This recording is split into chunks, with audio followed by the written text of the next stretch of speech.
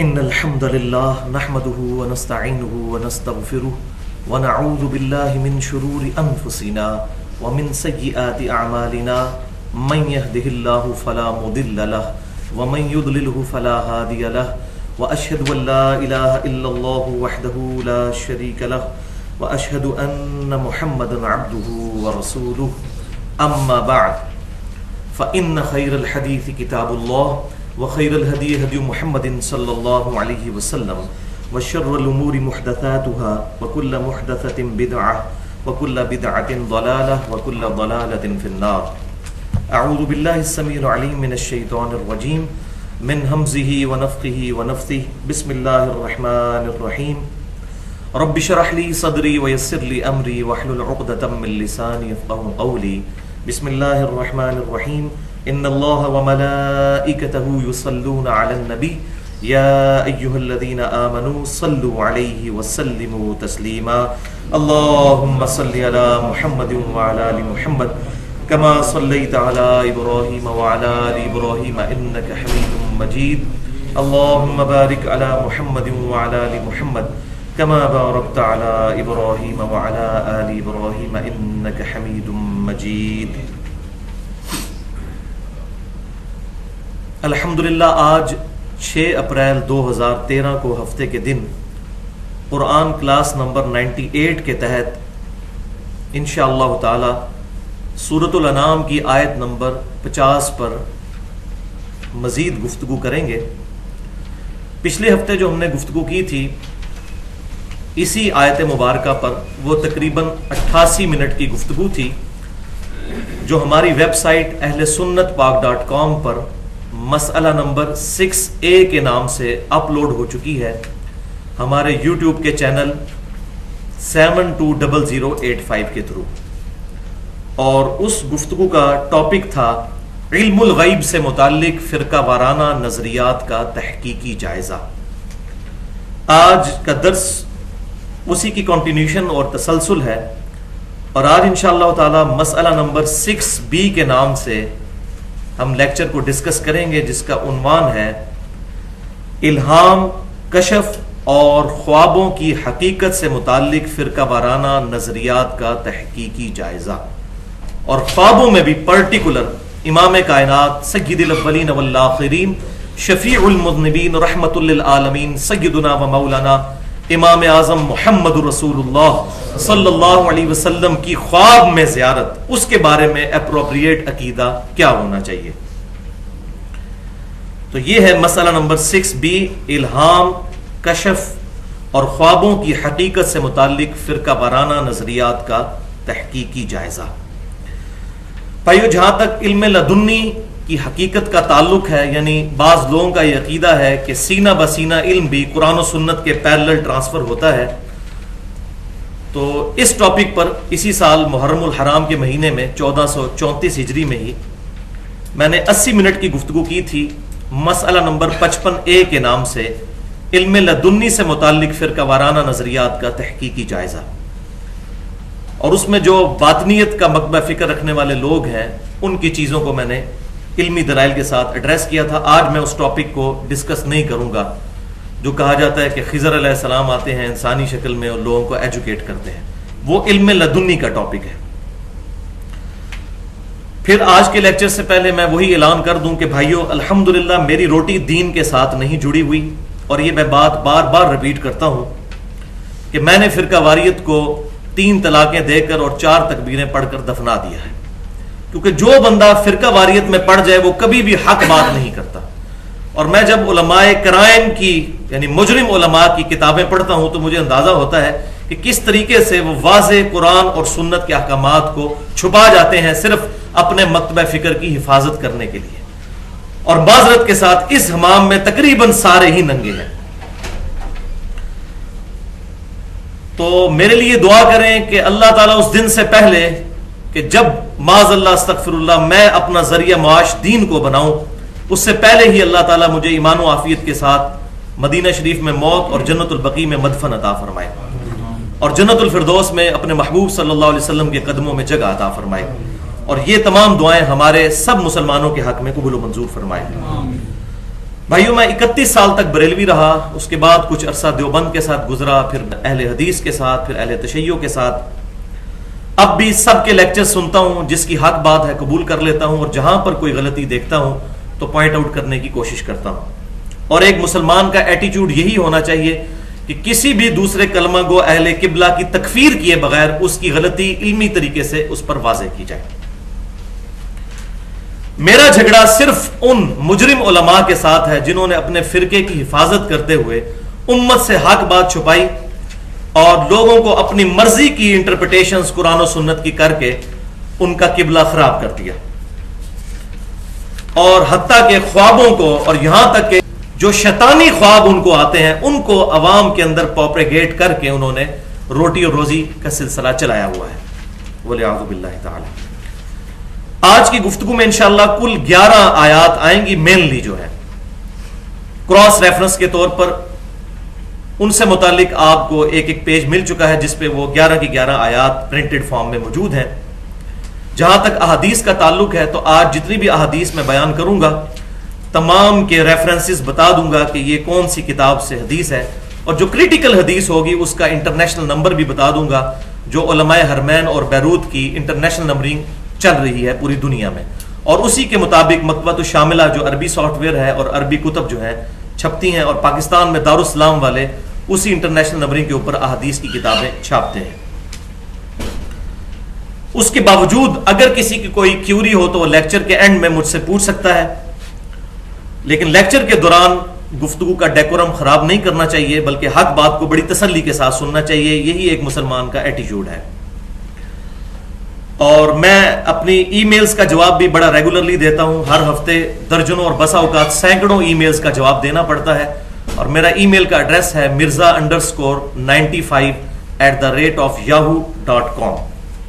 اس تمہیدی گفتگو کے بعد اب آج کے مرکزی ٹاپک کی طرف آتے ہیں جو 3 اہم ترین علمی پوائنٹس پر مشتمل ہے،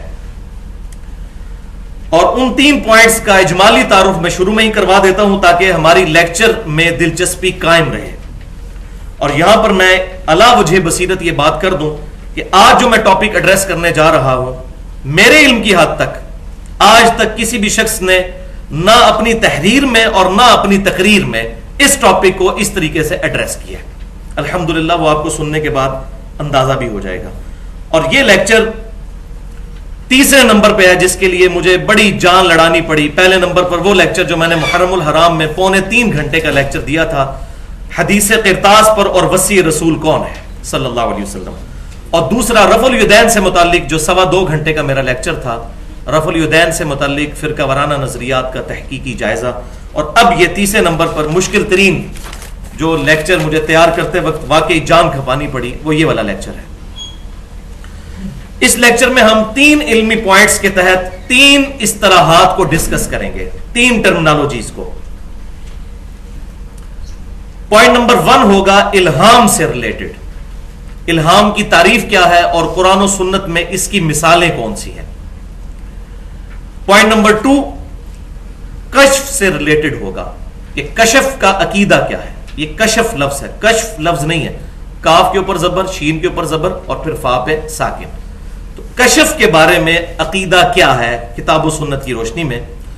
اور پوائنٹ نمبر 3 جو ہے وہ خوابوں سے متعلق، جسے عربی میں رؤیا کہتے ہیں، اور اس میں بھی پرٹیکولر خواب میں دیدار مصطفیٰ صلی اللہ علیہ وآلہ وسلم سے متعلق کیا عقیدہ ہونا چاہیے اور اس میں حق بات کیا ہے، وہ میں انشاءاللہ بیان کروں گا۔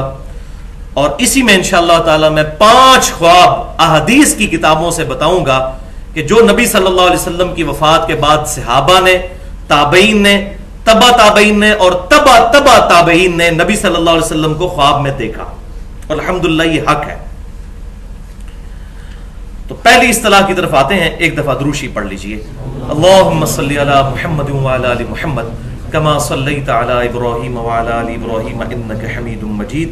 اللہم بارک علی محمد وعلی آل محمد کما بارکت علی ابراہیم وعلی آل ابراہیم انک حمید مجید۔ پہلی اصطلاح ہے الہام۔ تو بھائیو، عربی ڈکشنری القاموس کے مطابق الہام سے مراد وہ بات ہے جو اللہ تعالیٰ انسان کے دل میں اتار دیتا ہے، اور اس کے ذریعے اللہ تبارک و تعالی انسانوں کو رہنمائی عطا کرتا ہے، کسی چیز کی ٹرو انڈرسٹینڈنگ عطا فرماتا ہے، سمجھ بوجھ، اور پھر انسان کا دل اس بات پر مطمئن ہو جاتا ہے۔ یہ ہے الہام۔ اس کے لیے قرآن و سنت میں مختلف الفاظ آئے ہیں۔ الہام کا لفظ بھی آیا، القاء کا لفظ بھی آیا، شرح صدر کا لفظ بھی آیا، سینے کا کھل جانا، ٹرو انڈرسٹینڈنگ، اور بسا اوقات لغت کے معنوں میں وحی کا لفظ بھی استعمال ہوا ہے الہام کے لیے، لغت کے معنوں میں۔ اصطلاح کے معنوں میں وحی صرف پیغمبروں پر آتی ہے، لغت کے معنوں میں۔ تو اب اپنا جو پیج ہے قرآن پاک کے ریفرنسز والا وہ نکال لیجئے، اس میں پہلی 5 آیات جو ہیں وہ اسی سے ریلیٹڈ ہیں، الہام سے متعلق۔ اعوذ باللہ من الشیطان الرجیم، بسم اللہ الرحمن الرحیم۔ پہلی آیت مبارکہ ہے سورہ الشمس پارہ نمبر 30 کی آیت نمبر 8۔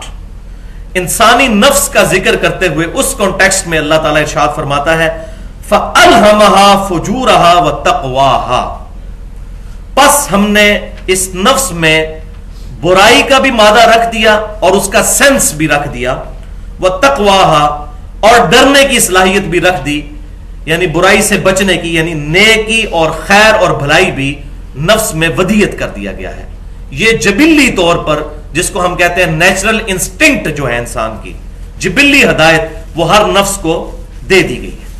ہر انسان جھوٹ بولنے کو برا سمجھتا ہے اور سچ بولنے کو اچھا، چاہے اس تک وحی کی تعلیمات نہ بھی پہنچی ہوں تب بھی، یہ ہماری جبلت میں ہے۔ ظلم کرنے کو برا سمجھتا ہے اور کسی کے ساتھ بھلائی کرنے کو اچھا سمجھتا ہے، یہ ہماری جبلت میں داخل۔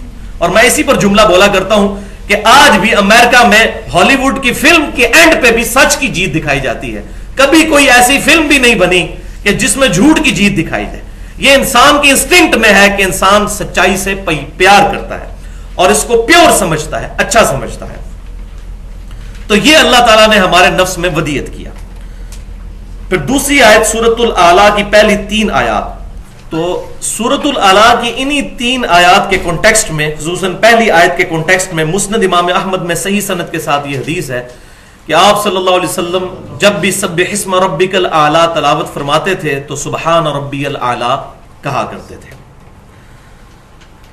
تو پاکی بیان کرو اپنے رب کے نام کی جو کہ بلند مرتبے والا ہے، الذی خلق فسوی، وہ جس نے چیزوں کو تخلیق فرمایا اور ان کو بڑی پرفیکشن کے ساتھ ان کا تسویہ کیا، والذی قدر فہدی، جس نے ہر شے کا ایک اندازہ مقرر فرمایا، فہدا، اور اسے جبلی ہدایت دے دی۔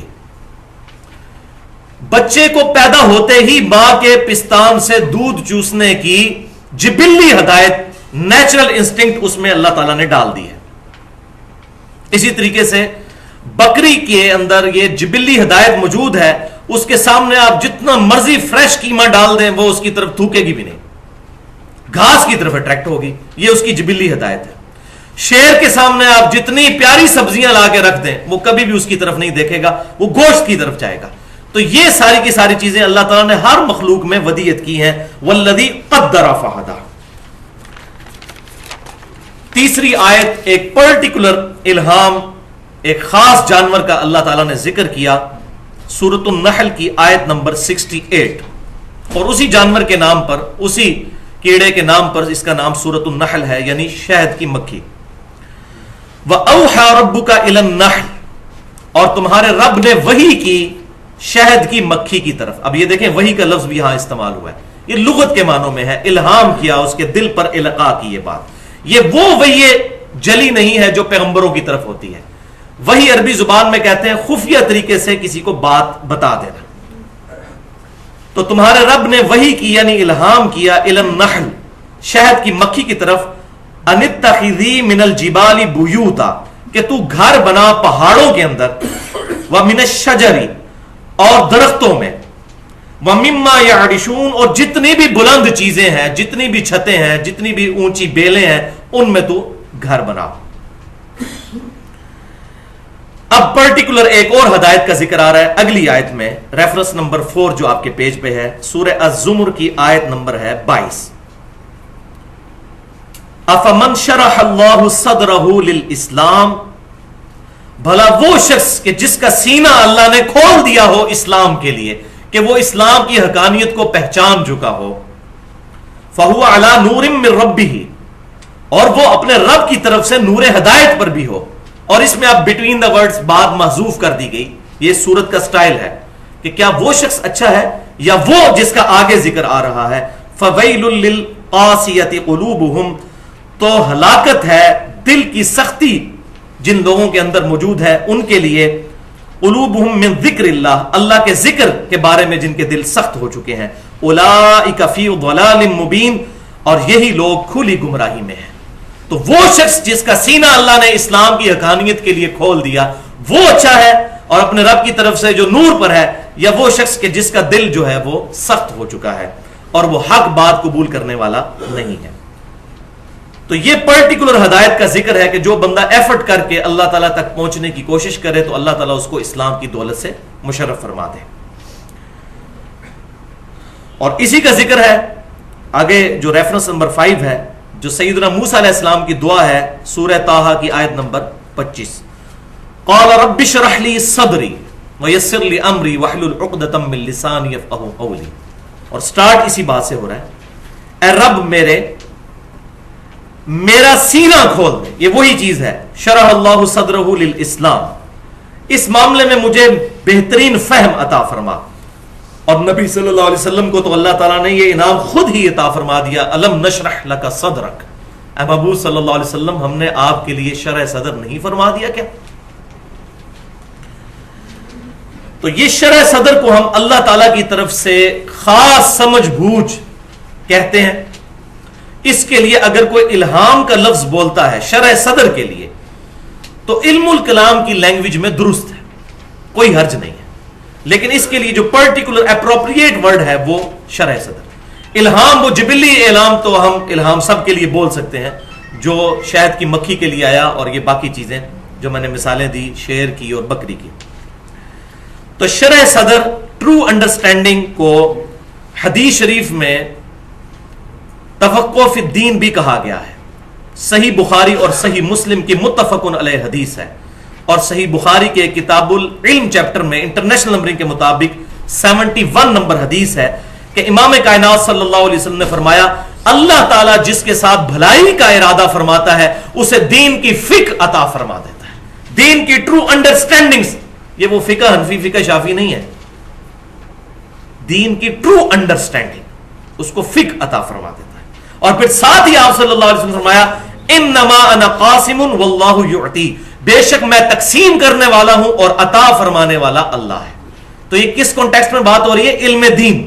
یہ ایک ٹکڑا اٹھایا ہوا ہے بعض لوگوں نے اور وہ کہتے ہیں جی سب کچھ نبی صلی اللہ علیہ وسلم تقسیم کر رہے ہیں دنیا میں. تو یہ پوری حدیث نہیں پڑھتے. وہ حدیث یہ ہے کہ میں دین اللہ سے سیکھتا ہوں، اللہ مجھے دین سکھاتا ہے، میں تقسیم کرنے والا ہوں. یہ دین کے کانٹیکسٹ میں. اس کی کئی ایک مثالیں احادیث کے اندر موجود ہیں، زبانی مجھے درجنوں مثالیں یاد ہیں صرف صحیح بخاری اور صحیح مسلم سے. لیکن یہاں پر میں ایک نمائندہ مثال دوں گا. صحیح بخاری اور صحیح مسلم کی متفق علیہ حدیث ہے. صحیح بخاری میں انٹرنیشنل نمبرنگ کے مطابق 1400 نمبر اور صحیح مسلم میں 124 نمبر حدیث. منکرین زکوٰۃ اور مرتدین کے کانٹیکسٹ میں یہ حدیث ہے صحیح بخاری اور صحیح مسلم میں کہ امام کائنات صلی اللہ علیہ وسلم کے بعد جب سیدنا ابوبکر صدیق خلیفہ اول بنے رضی اللہ تعالی عنہ، تو ان کے زمانے میں کچھ قبائل مرتد ہو گئے، اسلام سے پھر گئے، اور بعض نے زکوٰۃ کی فرضیت تک کا انکار کر دیا. تو سیدنا ابوبکر صدیق رضی اللہ تعالیٰ عنہ نے صحابہ کو اس پر کنونس کیا کہ ہم ان کے خلاف قتال کریں گے یہاں تک کہ یہ اسلام میں داخل ہو جائیں. تو سیدنا عمر نے کہا کہ اے ابوبکر رضی اللہ تعالیٰ عنہ، آپ کیسے ان کے خلاف قتال کر سکتے ہیں جبکہ یہ کلمہ گو ہیں، اور ہم نے نبی صلی اللہ علیہ وسلم سے یہ بات سنی ہے کہ اللہ تبارک و تعالی نے اس شخص کو ہماری تلوار سے محفوظ کر دیا ہے جس نے لا الہ الا اللہ کی گواہی دی اور اسلام کے حق میں وہ داخل ہو گیا. تو یہ زکات ہی نہیں دیتے نا, باقی سارے کام تو کر رہے ہیں, زکات کے منکر ہیں, حق اسلام پر تو ہے. تو سیدنا ابوبکر صدیق رضی اللہ تعالیٰ عنہ نے بڑا پیارا جواب ارشاد فرمایا. انہوں نے کہا اے عمر, یہ حق کے مال کے منکر ہو چکے ہیں, وہ بھی اللہ ہی نے مقرر کیا ہے, وہ بھی اسلام کا حق ہے. جو کوئی زکات اور نماز کی فرضیت میں فرق کرے گا میں اس کے خلاف قتال کروں گا. جو نبی صلی اللہ علیہ وسلم کے مبارک زمانے میں ایک بھیڑ بھی دیتا تھا اور آج وہ بھیڑ دینے سے انکار کر دے زکات میں, اس کے خلاف بھی میں تلوار اٹھاؤں گا جب تک کہ وہ توبہ نہ کر لے. تو سیدنا عمر کہتے ہیں کہ مجھے یہ بات سمجھ آ گئی کہ سیدنا ابوبکر صدیق رضی اللہ تعالیٰ عنہ کا سینہ اللہ تعالیٰ نے کھول دیا ہے اس معاملے میں. یہ سیم الفاظ انہوں نے استعمال کیے کہ اللہ نے ان کا صدر جو ہے وہ اس کی شرح فرما دی ہے. عام آدمی کے لیے بھی صحیح بخاری اور صحیح مسلم کی, صحیح بخاری میں حدیث ہے, انٹرنیشنل نمبرنگ مطابق 1162 نمبر حدیث ہے دعائے استخارہ کے بارے میں, کہ آپ صلی اللہ علیہ وسلم ایسے معاملات جن میں دنیا میں کام کرتے ہوئے معاملہ مشتبہ ہو جائے, ایمبیگوس ہو جائے, اس کے لیے آپ صلی اللہ علیہ وسلم استخارہ تعلیم فرمایا کرتے تھے کہ 2 رکعت نفل پڑھو, اس کے بعد اپنے رب کے حضور اس معاملے کے لیے, دنیاوی معاملے کے لیے دعا کرو. اس کے الفاظ کچھ اس طرح ہیں کہ اے رب میرے, اگر یہ معاملہ جو میں کرنے جا رہا ہوں یہ میرے حق میں بہتر ہے تو اس کو میرے لیے آسان کر دے, اور اگر یہ میرے حق میں میری دنیا کے اعتبار سے, میری آخرت کے اعتبار سے نقصان دہ ہے تو اس معاملے کو مجھ سے پھیر دے اور مجھے اس معاملے سے پھیر دے, اور پھر مجھے اس معاملے پر راضی بھی کر دے. یعنی وہ جب میرا نقصان ہو, وہ میری خواہش پوری نہ ہو تو مجھے راضی بھی کر دے اس معاملے پر. تو یہ آپ صلی اللہ علیہ وسلم نے دعائے استخارہ تعلیم فرمائی. اس میں جو کہا جاتا ہے جی وہ اس کے بعد سو جائیں, خواب میں سبز رنگ نظر آئے گا تو وہ سرخ رنگ نظر آئے گا, تو یہ ایسی کوئی بات کسی بھی حدیث کے اندر موجود نہیں ہے. بس یہ ہے اللہ تعالیٰ دل ٹھوک دے گا, وہی انسان کے اوپر اللہ تعالیٰ کی طرف سے القاء ہو جائے گا, شرع صدر ہو جائے گا, حالات ایسے بن جائیں گے کہ خود بخود انسان اس چیز کی طرف یا تو اٹریکٹ ہو جائے گا اگر وہ حق پر ہوگی, اور اگر وہ باطل ہوگی تو اللہ تعالیٰ اس معاملے میں پیچھے ہٹا دے گا. جیسا کہ عموماً رشتے وغیرہ جو ہوتے ہیں اس میں لوگ استخارہ کرتے ہیں, لیکن استخارہ انسان نے خود کرنا ہوتا ہے, کسی سے نہیں کروانا ہوتا, کیونکہ معاملہ اپنا ہے نا, تو اللہ کے حضور خود دعا کرنی. اس کے الفاظ بھی یہی ہیں. تو یہ ٹاپک جو ہے مکمل ہوا. الہام کہہ لیں, القاء کہہ لیں, شرع صدر کہہ دیں, یہ ساری کی ساری چیزیں قیامت تک کے لیے جاری ہیں. اللہ تعالیٰ کی طرف سے یہ معاملات چلتے رہیں گے. اس کی میں نے 2 مثالیں بھی پیش کر دیں. اب آ جاتے ہیں پوائنٹ نمبر 2 کی طرف. پوائنٹ نمبر 2 جو ہے یہ ہے کشف سے ریلیٹڈ. کشف کا لفظ عربی زبان میں القاموس ڈکشنری کے مطابق استعمال ہو جاتا ہے کسی چیز کے کھولنے کے لیے. دروازے کو بھی جو کھولا جاتا ہے, اس کا پردہ ہٹایا جاتا ہے, تو اس کے لیے بھی کشف کا لفظ استعمال ہوتا ہے. کشف کی اصطلاح قرآن و سنت میں سوائے ان لغت کے معنوں میں کہیں بھی استعمال نہیں ہوئی. یہ خالصتاً تصوف کی ٹرم ہے.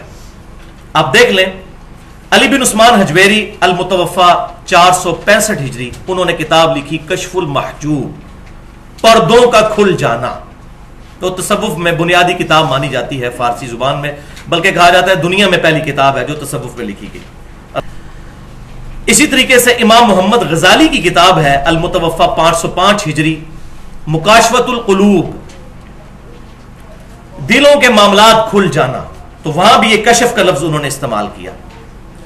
اور ان صوفیاء کا ماننا یہ ہے کہ یہ بھی کشف الہام ہی کی طرح ہوتا ہے, بیداری اور نیند کی درمیانی کیفیت میں, اور بیداری کے قریب کے انسان کو چیزیں دکھا دی جاتی ہیں, پردے ہٹا دیے جاتے ہیں, انسان میلوں دور, ہزاروں میل دور دیکھ لیتا ہے, یہ سارے معاملات اس پر کھل جاتے ہیں. ہزاروں میل دور کیا, کشف المحجوب کے اندر جو بایزید بستامی پر چیپٹر باندھا ہے علی بن عثمان حجویری صاحب نے, بریلوی اور دیوبندیوں کے یہ مشترکہ بزرگ ہیں علی بن عثمان حجویری, جن کو مشہور داتا صاحب کہتے ہیں. ان کی کتاب کا ترجمہ کشف المحجوب کا فضل الدین گوہر صاحب بریلوی مکتبہ فکر کے عالم ہیں, ان کا ترجمہ چھپ چکا ہے ضیاء القرآن سے, اور دیوبند کا ترجمہ جو ہے عبدالرؤف صاحب کا, ان کا بھی چھپ چکا ہے. اس میں بایزید بستامی کے اوپر جو چیپٹر ہے اس میں انہوں نے لکھا علی بن عثمان حجویری نے کہ بایزید بستامی جب تیسری دفعہ حج کے لیے گئے تو انہوں نے اللہ تعالیٰ کو بھی بیداری میں دیکھ لیا. وَلِعَاذُ بِاللَّهِ تعالی. یہ ہے جی وہ کشف کے گل. جبکہ سورۃ الاعراف میں اللہ تعالیٰ نے موسیٰ علیہ السلام کے بارے میں واضح فرما دیا لن تران، تم مجھے نہیں دیکھ سکتا. اے موسیٰ علیہ السلام تم مجھے نہیں دیکھ سکتے.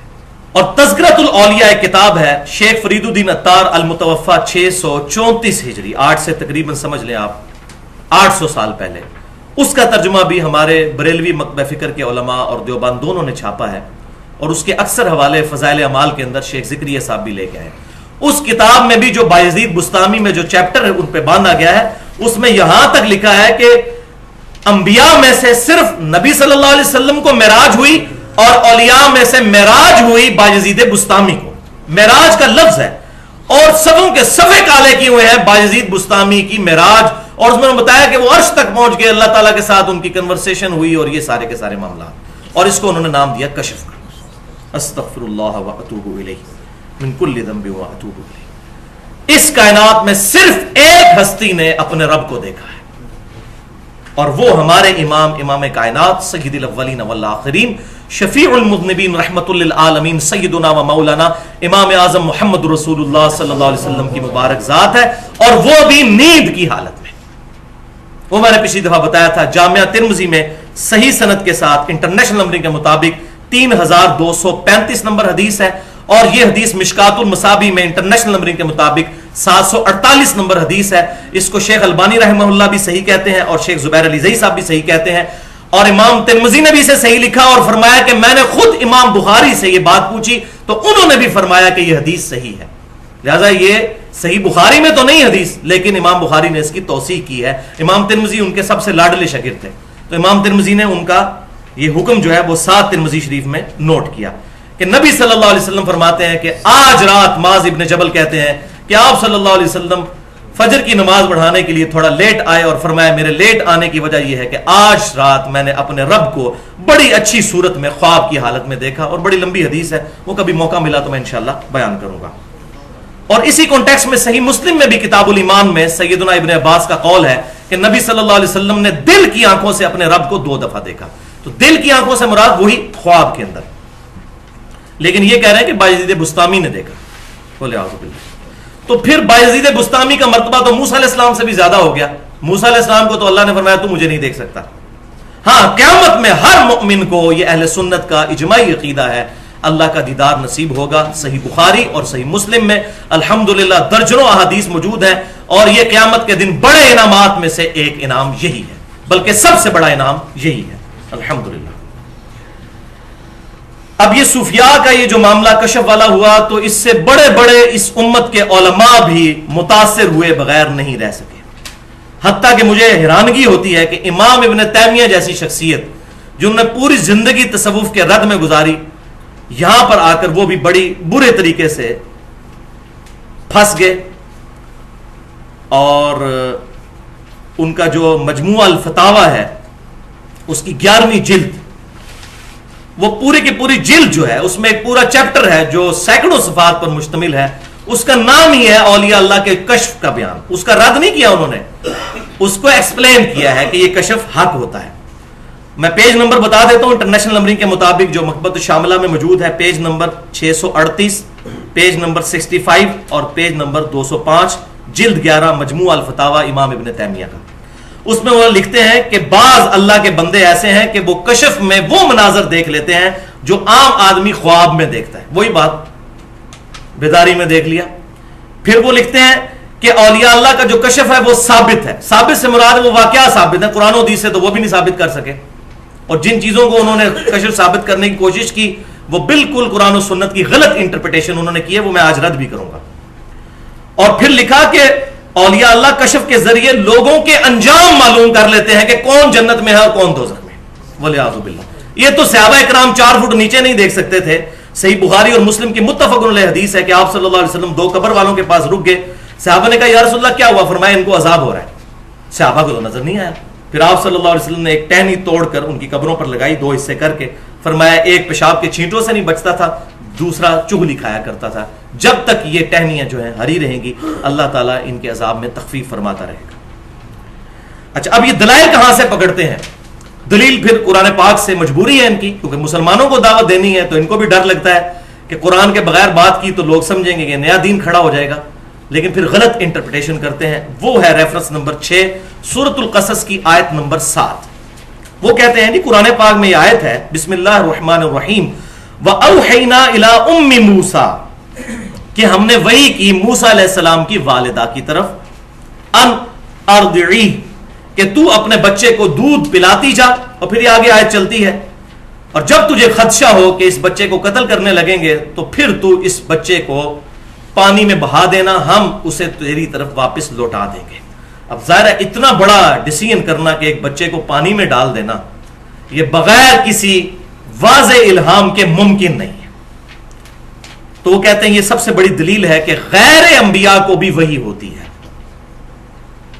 لیکن وہ یہ بات بھول جاتے ہیں کہ یہ دو ہی واقعات آئے ہیں قرآن میں، ایک عیسیٰ علیہ السلام کی والدہ اور دوسری موسیٰ علیہ السلام کی والدہ، اور یہ دونوں پیغمبروں کی والدائیں ہیں. اس کے علاوہ کوئی تیسری مثال قرآن پاک میں نہیں آئی. تو یہ پرٹیکولر پیغمبروں کی وجہ سے اللہ تعالیٰ نے ان کے ساتھ یہ معاملات کیے، یہ خاص مسئلہ ہے. لہٰذا یہ ان کی دلیل قرآن کے اعتبار سے کمزور ہے. ہاں حدیث میں ایک مضبوط دلیل ہے لیکن اس کی انٹرپریٹیشن یہ غلط کرتے ہیں، وہ میں انشاءاللہ بیان کر دوں گا. تو پورے قرآن میں اور احادیث میں کبھی بھی کشف کا لفظ اپنے اس اصطلاح میں استعمال نہیں ہوا جو صوفیاء کرتے ہیں یا امام ابن تیمیہ نے کی، بلکہ کشف اپنے لغت کے معنوں میں استعمال ہوتا ہے. قرآن پاک میں کئی مثالیں ہیں، ایک مثال میں نے یہاں پر ڈال دی ہے. سورہ قاف کی آیت نمبر ہے 22 آپ کے ریفرنس پہ 7 نمبر. بسم اللہ الرحمن الرحیم فَكَشَفْنَا عَنْكَ غِطَاءَكَ فَبَصَرُكَ الْيَوْمَ حَدِيدٌ. یہ اللہ تعالیٰ قیامت والے دن مجرمین سے خطاب فرمائے گا، اے مجرم آج تیری نگاہ کے آگے سے ہم نے سارے پردے ہٹا دیے ہیں تو آج تیری نظر بڑی تیز ہے. تو دنیا میں کہا کرتا تھا کہ کس طریقے سے اللہ تعالیٰ مردوں کو زندہ کرے گا، تو آج تیری نظر بڑی تیز ہے. یہ اس سے ٹونٹ اللہ تعالیٰ فرمائے گا قیامت والے دن، تنزیہ گفتگو. تو اس امت میں بھائیوں یہ وہی جو موسیٰ علیہ السلام کی والدہ پر ہوئی، اس امت میں ختم نبوت کی وجہ سے یہ وحی کا سلسلہ بھی بین ہو چکا ہے. اور بعض لوگ یہ سمجھتے ہیں کہ جی اگلے انبیاء کی جو امتیں تھیں وہ تو پھر اچھی رہ گئیں کہ ان پر غیر انبیاء پر بھی وحی ہو جاتی تھی کشف کی شکل میں، جس کو وہ کہتے ہیں یا میں اس کو الہام کہتا ہوں، تو ہماری امت تو پھر پیچھے رہ گئی.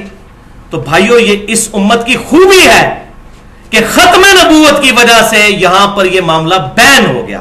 اور یہ میرا اللہ تبارک و تعالیٰ نے مجھ پر شرح صدر کیا ہے یہ معاملہ، اس کو میں شرح صدر کہتا ہوں کہ یہ میرا جملہ گولڈن کوٹ یاد رکھیے گا کہ جس طریقے سے توحید صرف اس امت میں آ کر اپنے آخری درجے میں کامل ہوئی ہے کہ سجدہ تعظیمی بھی حرام ہو گیا، جو اگلی امتوں میں انبیاء کو کرنا جائز تھا.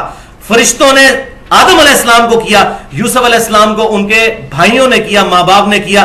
اگلی امتوں میں سجدہ تعظیمی جائز تھا، اس امت میں حرام کر کے اللہ تبارک و تعالیٰ نے توحید کو جس طریقے سے کامل کیا، بالکل اس طریقے سے اگلی امتوں میں غیر انبیاء پر بھی الہام ہو جایا کرتا تھا، وحی خفی ہو جایا کرتی تھی.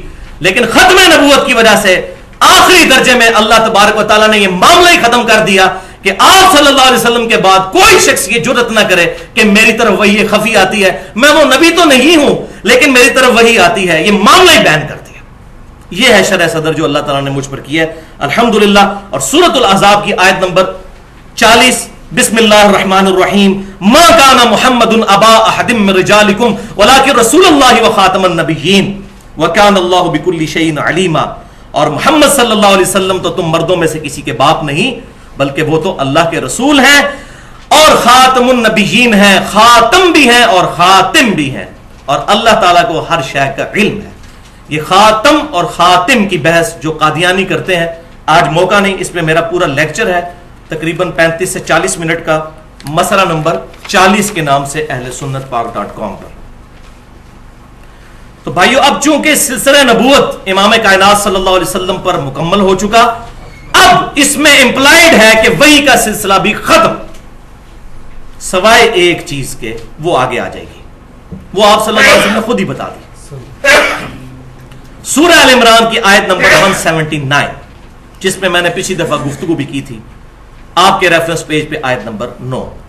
بسم اللہ الرحمن الرحیم. وما کان اللہ لیطلعکم علی الغیب, اور اللہ کی یہ شان نہیں ہے کہ تمہیں غیب پر مطلع کرے.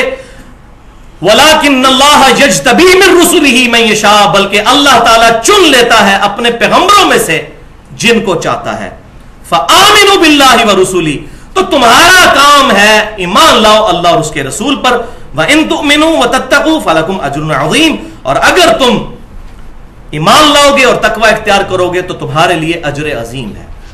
تو سیدنا ابو بکر صدیق رضی اللہ تعالیٰ عنہ سے لے کر آخری انسان جو مسلمان اس روئے عرض پر آئے گا, سب کے سب لوگ ایمان بالغیب رکھیں گے. علم غیب صرف اللہ تعالیٰ اپنے انبیاء کو عطا فرماتا ہے, اور ہمارے محبوب صلی اللہ علیہ وسلم کو اللہ تعالیٰ نے جو غیبی خبریں عطا فرمائی وہ ان کے لیے, باقی سب لوگ تصدیق کرنے والے ہیں. اس پہ میں نے پچھلی دفعہ ڈیٹیل سے بحث بھی کی تھی الحمدللہ.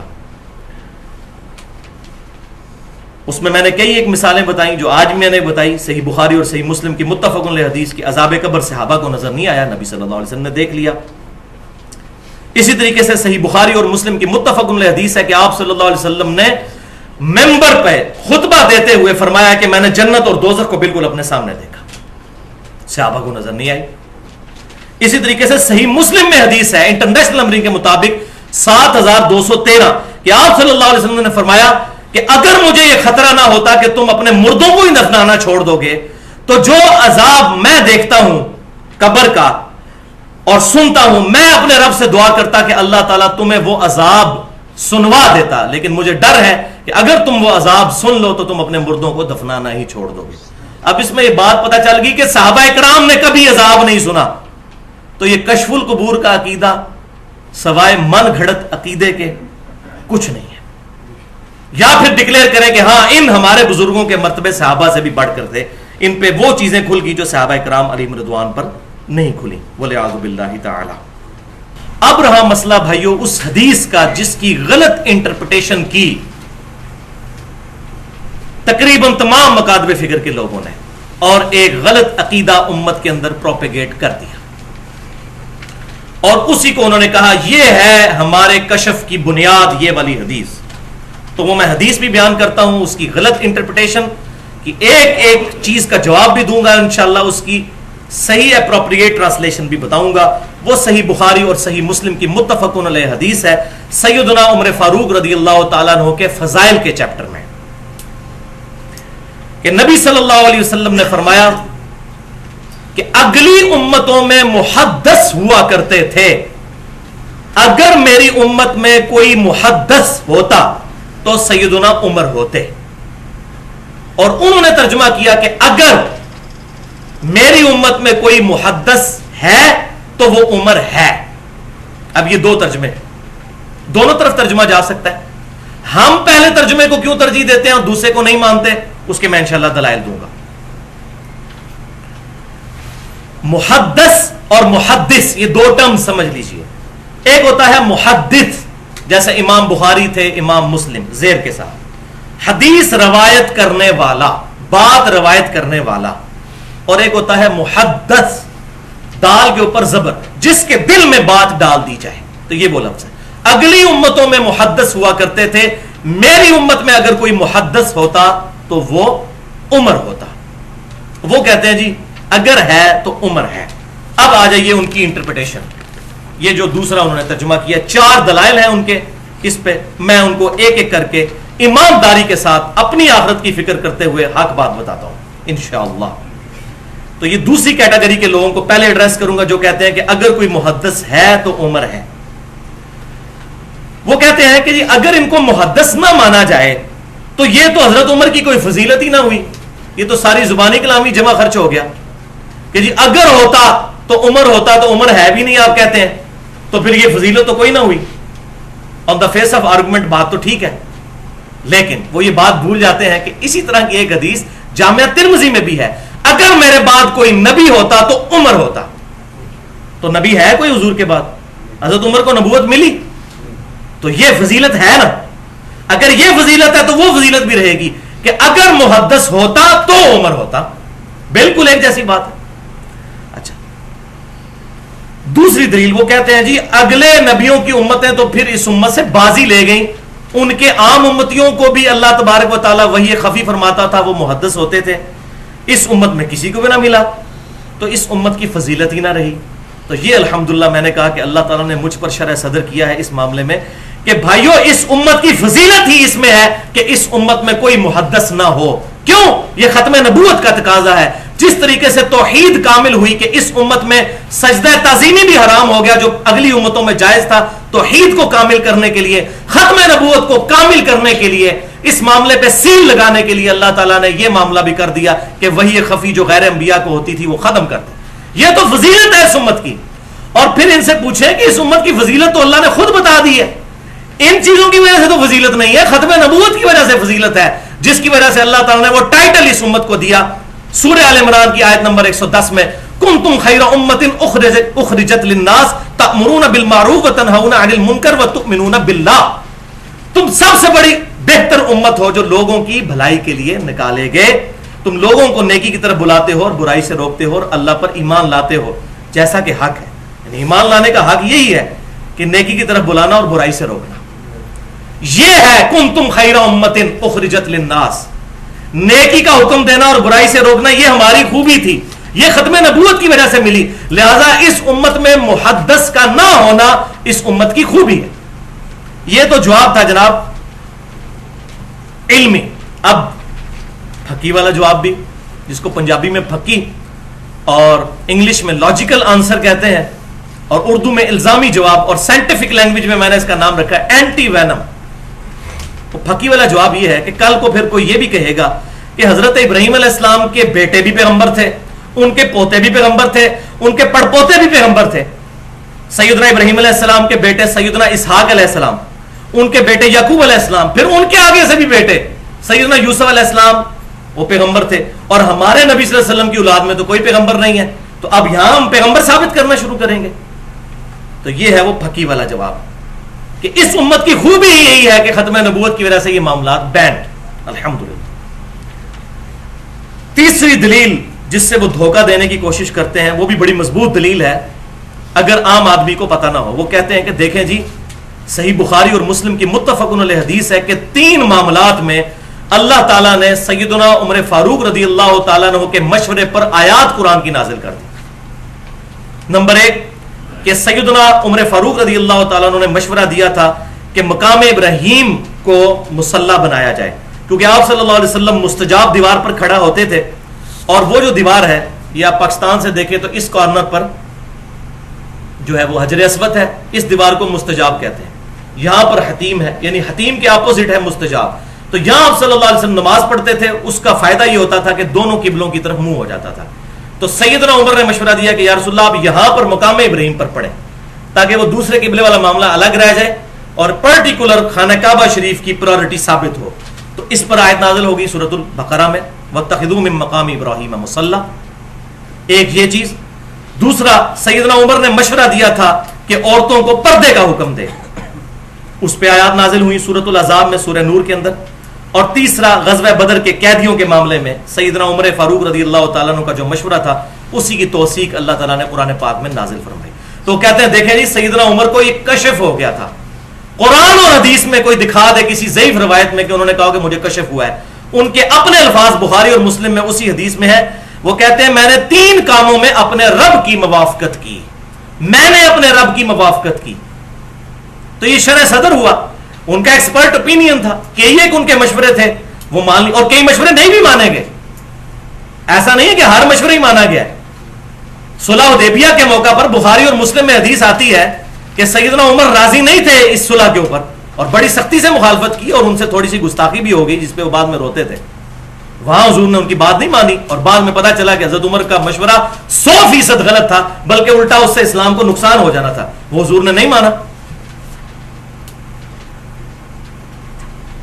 تو یہ سیدنا عمر کے الفاظ ہیں کہ اللہ تعالیٰ کی میں نے موافقت کی, میرا مشورے تھے, اللہ تعالیٰ نے اس کو انڈورس کر. کشف کا لفظ کہیں نہیں آیا, الہام کا لفظ بھی اس میں نہیں آیا.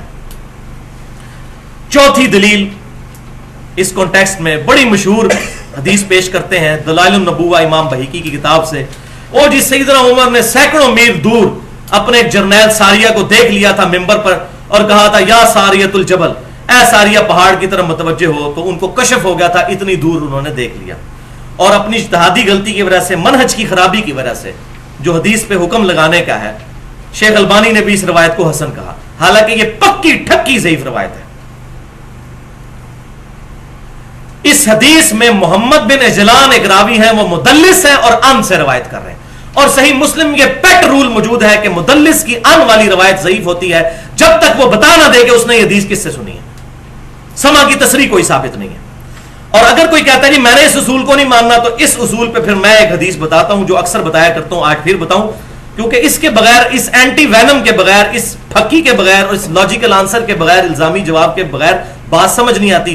کوئی کہتا ہے اگر میں مدلس کی ان والی روایت کو ضعیف نہیں مانتا تو پھر یہ روایت جو مسند امام احمد میں بھی موجود ہے، مشکات المصابیح میں انٹرنیشنل نمبرنگ کے مطابق 4902 نمبر حدیث ہے، مفاخرت اور عصبیت کے بیان میں آپ صلی اللہ علیہ وسلم کی حدیث ہے، جو لکھی ہوئی ہے ویسے ثابت نہیں ہے. وہ الفاظ کیا ہے کہ فرمایا کہ جو شخص اپنے جاہلی نسب پر فخر کرے اسے کہو کہ اپنے باپ کا عضو تناسل کاٹ کے اپنے منہ میں رکھ لو، اور یہ بات اس سے کنائے سے نہ کرو، ڈائریکٹ کہو کہ اپنے باپ کی شرم کا کاٹ کے اپنے منہ میں رکھ لے کہ تو اپنے باپ کے نسب پہ فخر کرتا ہے.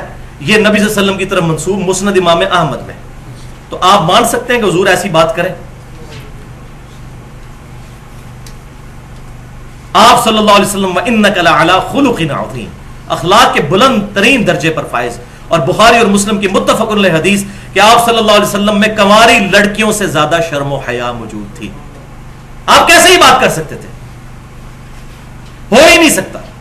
اس حدیث میں حسن بصری مدلس ہیں اور ان سے روایت کر رہے ہیں، اور حسن بصری تو محمد بن اجلان سے ہزاروں گنا بڑے امام ہیں اور تابعی ہیں، 70 صحابہ کی صحبت کرنے والے ہیں، لیکن مدلس ہیں، ان سے روایت کر رہے ہیں. اصول محدثین پہ یہ روایت بھی ضعیف ہے. تو جس نے کہنا ہے کہ میں نے یا ساریۃ الجبل کو صحیح ماننا ہے، پھر اس کو بھی صحیح ماننا ہے. ہم تو دونوں کو کہتے ہیں اصول محدثین پر ضعیف ہے، ہماری اپنی مرضی سے نہیں. سیدنا عمر کے فضائل میں نے ایک لیکچر دیا ہے اسی محرم میں، تقریباً 2 گھنٹے کا، فضائل سیدنا عمر قرآن و سنت کی روشنی میں. اس میں سیدنا عمر کے بارے میں جو ضعیف روایتیں کافی ساری ہیں ان کو بھی میں نے ان کا بھی پوسٹ مارٹم کیا ہے. ان میں ایک یہ بھی تھی، وہ مسئلہ نمبر 65 کے نام سے اہل سنت پاک.com پر اپلوڈ ہے. اب ایک اور پھکی والا جواب اسی میں. ہم for the sake of argument اگر یہ بات مان لیں، وہ کہتے ہیں نہیں جی آپ ترجمہ یہ کریں کہ اگر کوئی محدث ہے تو عمر ہے، تو ہم کہتے ہیں for the sake of argument agreed. تو اس کا مطلب یہ ہے کہ حضرت عمر کے علاوہ کوئی اور محدث نہیں ہے، کیونکہ اس میں الفاظ ہیں اگر کوئی محدث اس امت میں ہے تو عمر ہے. پھر سیدنا عمر خاتم المحدثین ہوئے، خاتم المحدثین ہوئے. اگر یہ معنی بھی کر لیا جائے، ان کے بعد پھر کوئی بھی نہ ہوا. اگر یہ بھی، ورنہ تو پہلے 4 دلائل کے بعد تو گنجائش ہی نہیں ہے. لیکن یہ ان کے لیے آخری درجے میں ان کی ہدایت کے لیے یہ بھی علمی طور پر ان کو جواب دیا جا سکتا ہے اینٹی وینم کے طور پر. اب آ جائیے وہ جو اپروپریٹ ترجمہ جو میں نے کیا تھا، جس کی طرف قرآن و سنت کے دلائل جاتے ہیں، وہ حق ترجمہ ہے. وہ ہے اگر کوئی محدث ہوتا تو عمر ہوتا. یہ ترجمہ کیوں کیا؟ پہلی دلیل صحیح بخاری سے انٹرنیشنل نمبر کے مطابق 6990 نمبر حدیث ہے، کتاب التعبیر چیپٹر میں امام کائنات صلی اللہ علیہ وسلم نے فرمایا میرے بعد نبوت کی خبروں میں سے صرف مبشرات باقی ہیں. کیٹاگوریکل ڈینائی، صرف مبشرات اور کوئی چیز نہیں. صحابہ نے پوچھا یا رسول اللہ صلی اللہ علیہ وسلم یہ مبشرات کیا ہیں؟ تو فرمایا اچھے خواب، دیٹس آل. خوابوں کے علاوہ اس امت میں اب کوئی اور ذریعہ نہیں ہے غیب کی خبریں آنے کا. کیٹاگوریکل ڈینائی ہے. اگر ہوتا تو آپ فرماتے خواب بھی ہیں، کشف بھی ہے، الہام بھی ہے، یہ چیزیں قیامت تک چلیں گی. فرمایا میرے بعد نبوت کی خبروں میں سے صرف مبشرات باقی ہیں، اور وہ کھول بھی دیا خواب وہ نیند کی حالت میں ہوتا ہے، بیداری میں نہیں ہوتا. یہ پہلی دلیل، بڑی مضبوط دلیل. اور بخاری اور مسلم میں حدیث ہے پھر کہ آپ صلی اللہ علیہ وسلم نے فرمایا کہ خواب یا اللہ کی طرف سے ہوتا ہے یا شیطان کی طرف سے. دیکھنا پھر اس کو بعد میں کتاب و سنت پر ہی ہوگا کہ یہ خواب شیطانی ہے یا رحمانی ہے. وہ میں پوائنٹ نمبر 3 میں انشاءاللہ تعالی ایڈریس کر دوں گا.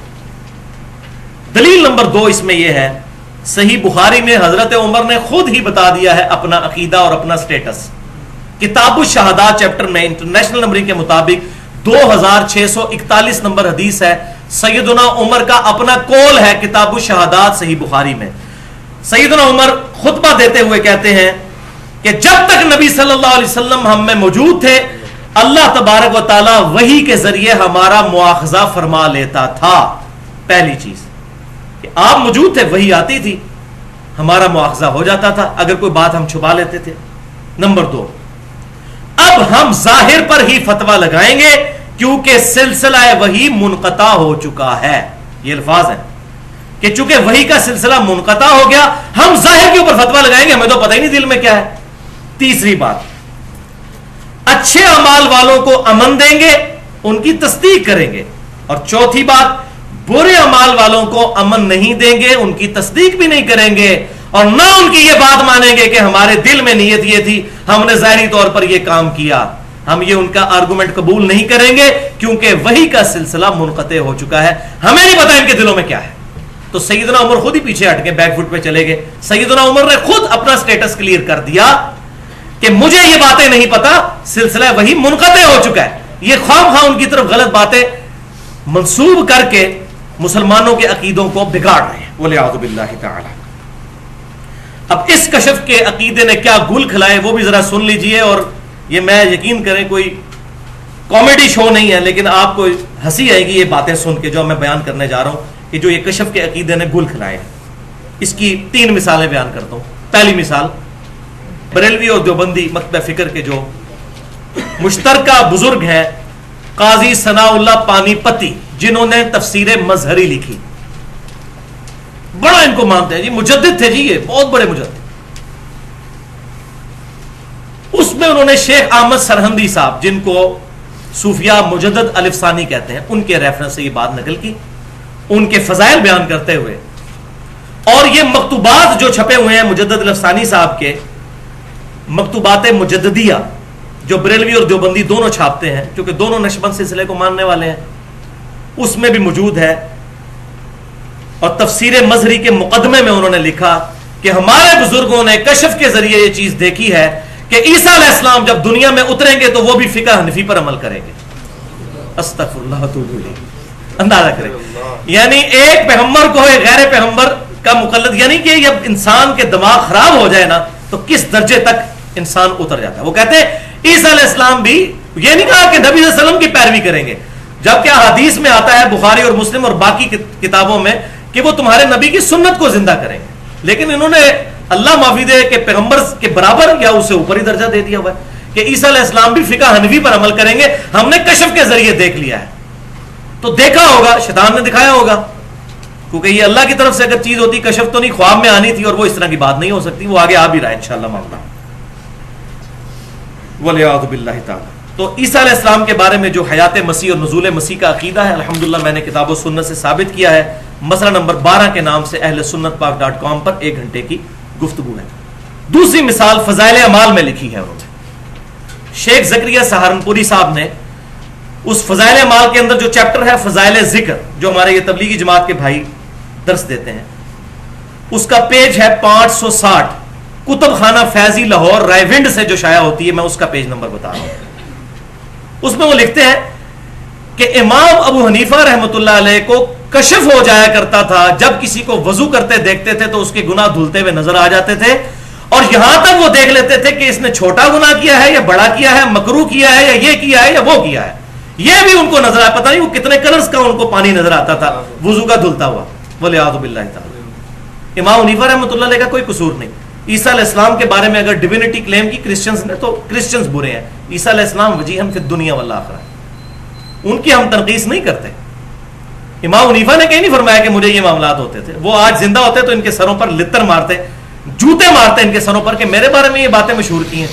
جبکہ بھائیوں کتاب و سنت میں کتنے دلائل موجود ہیں کہ اللہ تعالیٰ ستار العیوب ہے، عیبوں پر پردہ ڈالنے والا ہے، اور اسی کو پسند فرماتا ہے. قیامت والے دن بھی کئی لوگوں کے عیبوں پر اللہ تعالیٰ پردہ ڈال دے گا، اور مسلمانوں کو اس کی ترغیب دلائے گی کہ دوسرے مسلمان کے گناہوں پر پردہ ڈالو، تو اللہ تعالیٰ خود یہ ترغیب دلا کے امت کو کہے گا کہ گناہ دیکھ لو دھلتے ہوئے. بولے اعوذ باللہ تعالی.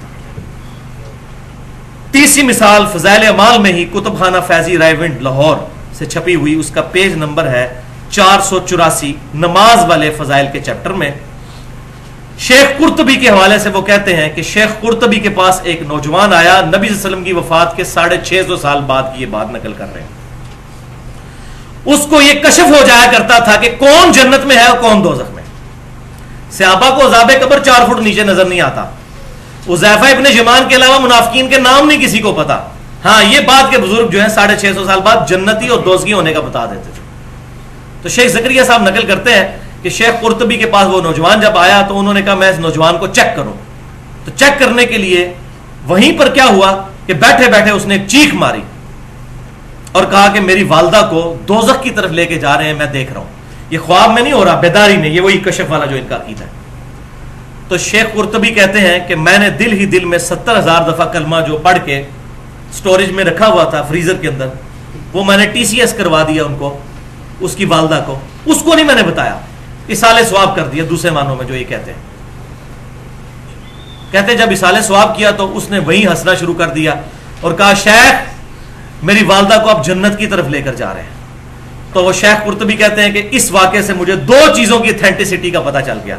ہم لوگ تو خام مطلب بقول ان کے ذلیل ہو رہے ہیں کتاب و سنت پڑھ پڑھ کے کہ نبی صلی اللہ علیہ وسلم کی بات کیا ہے. یہ ان طریقے سے دین حاصل کرتے ہیں. کہتے ہیں 2 باتیں پتہ چل گئیں.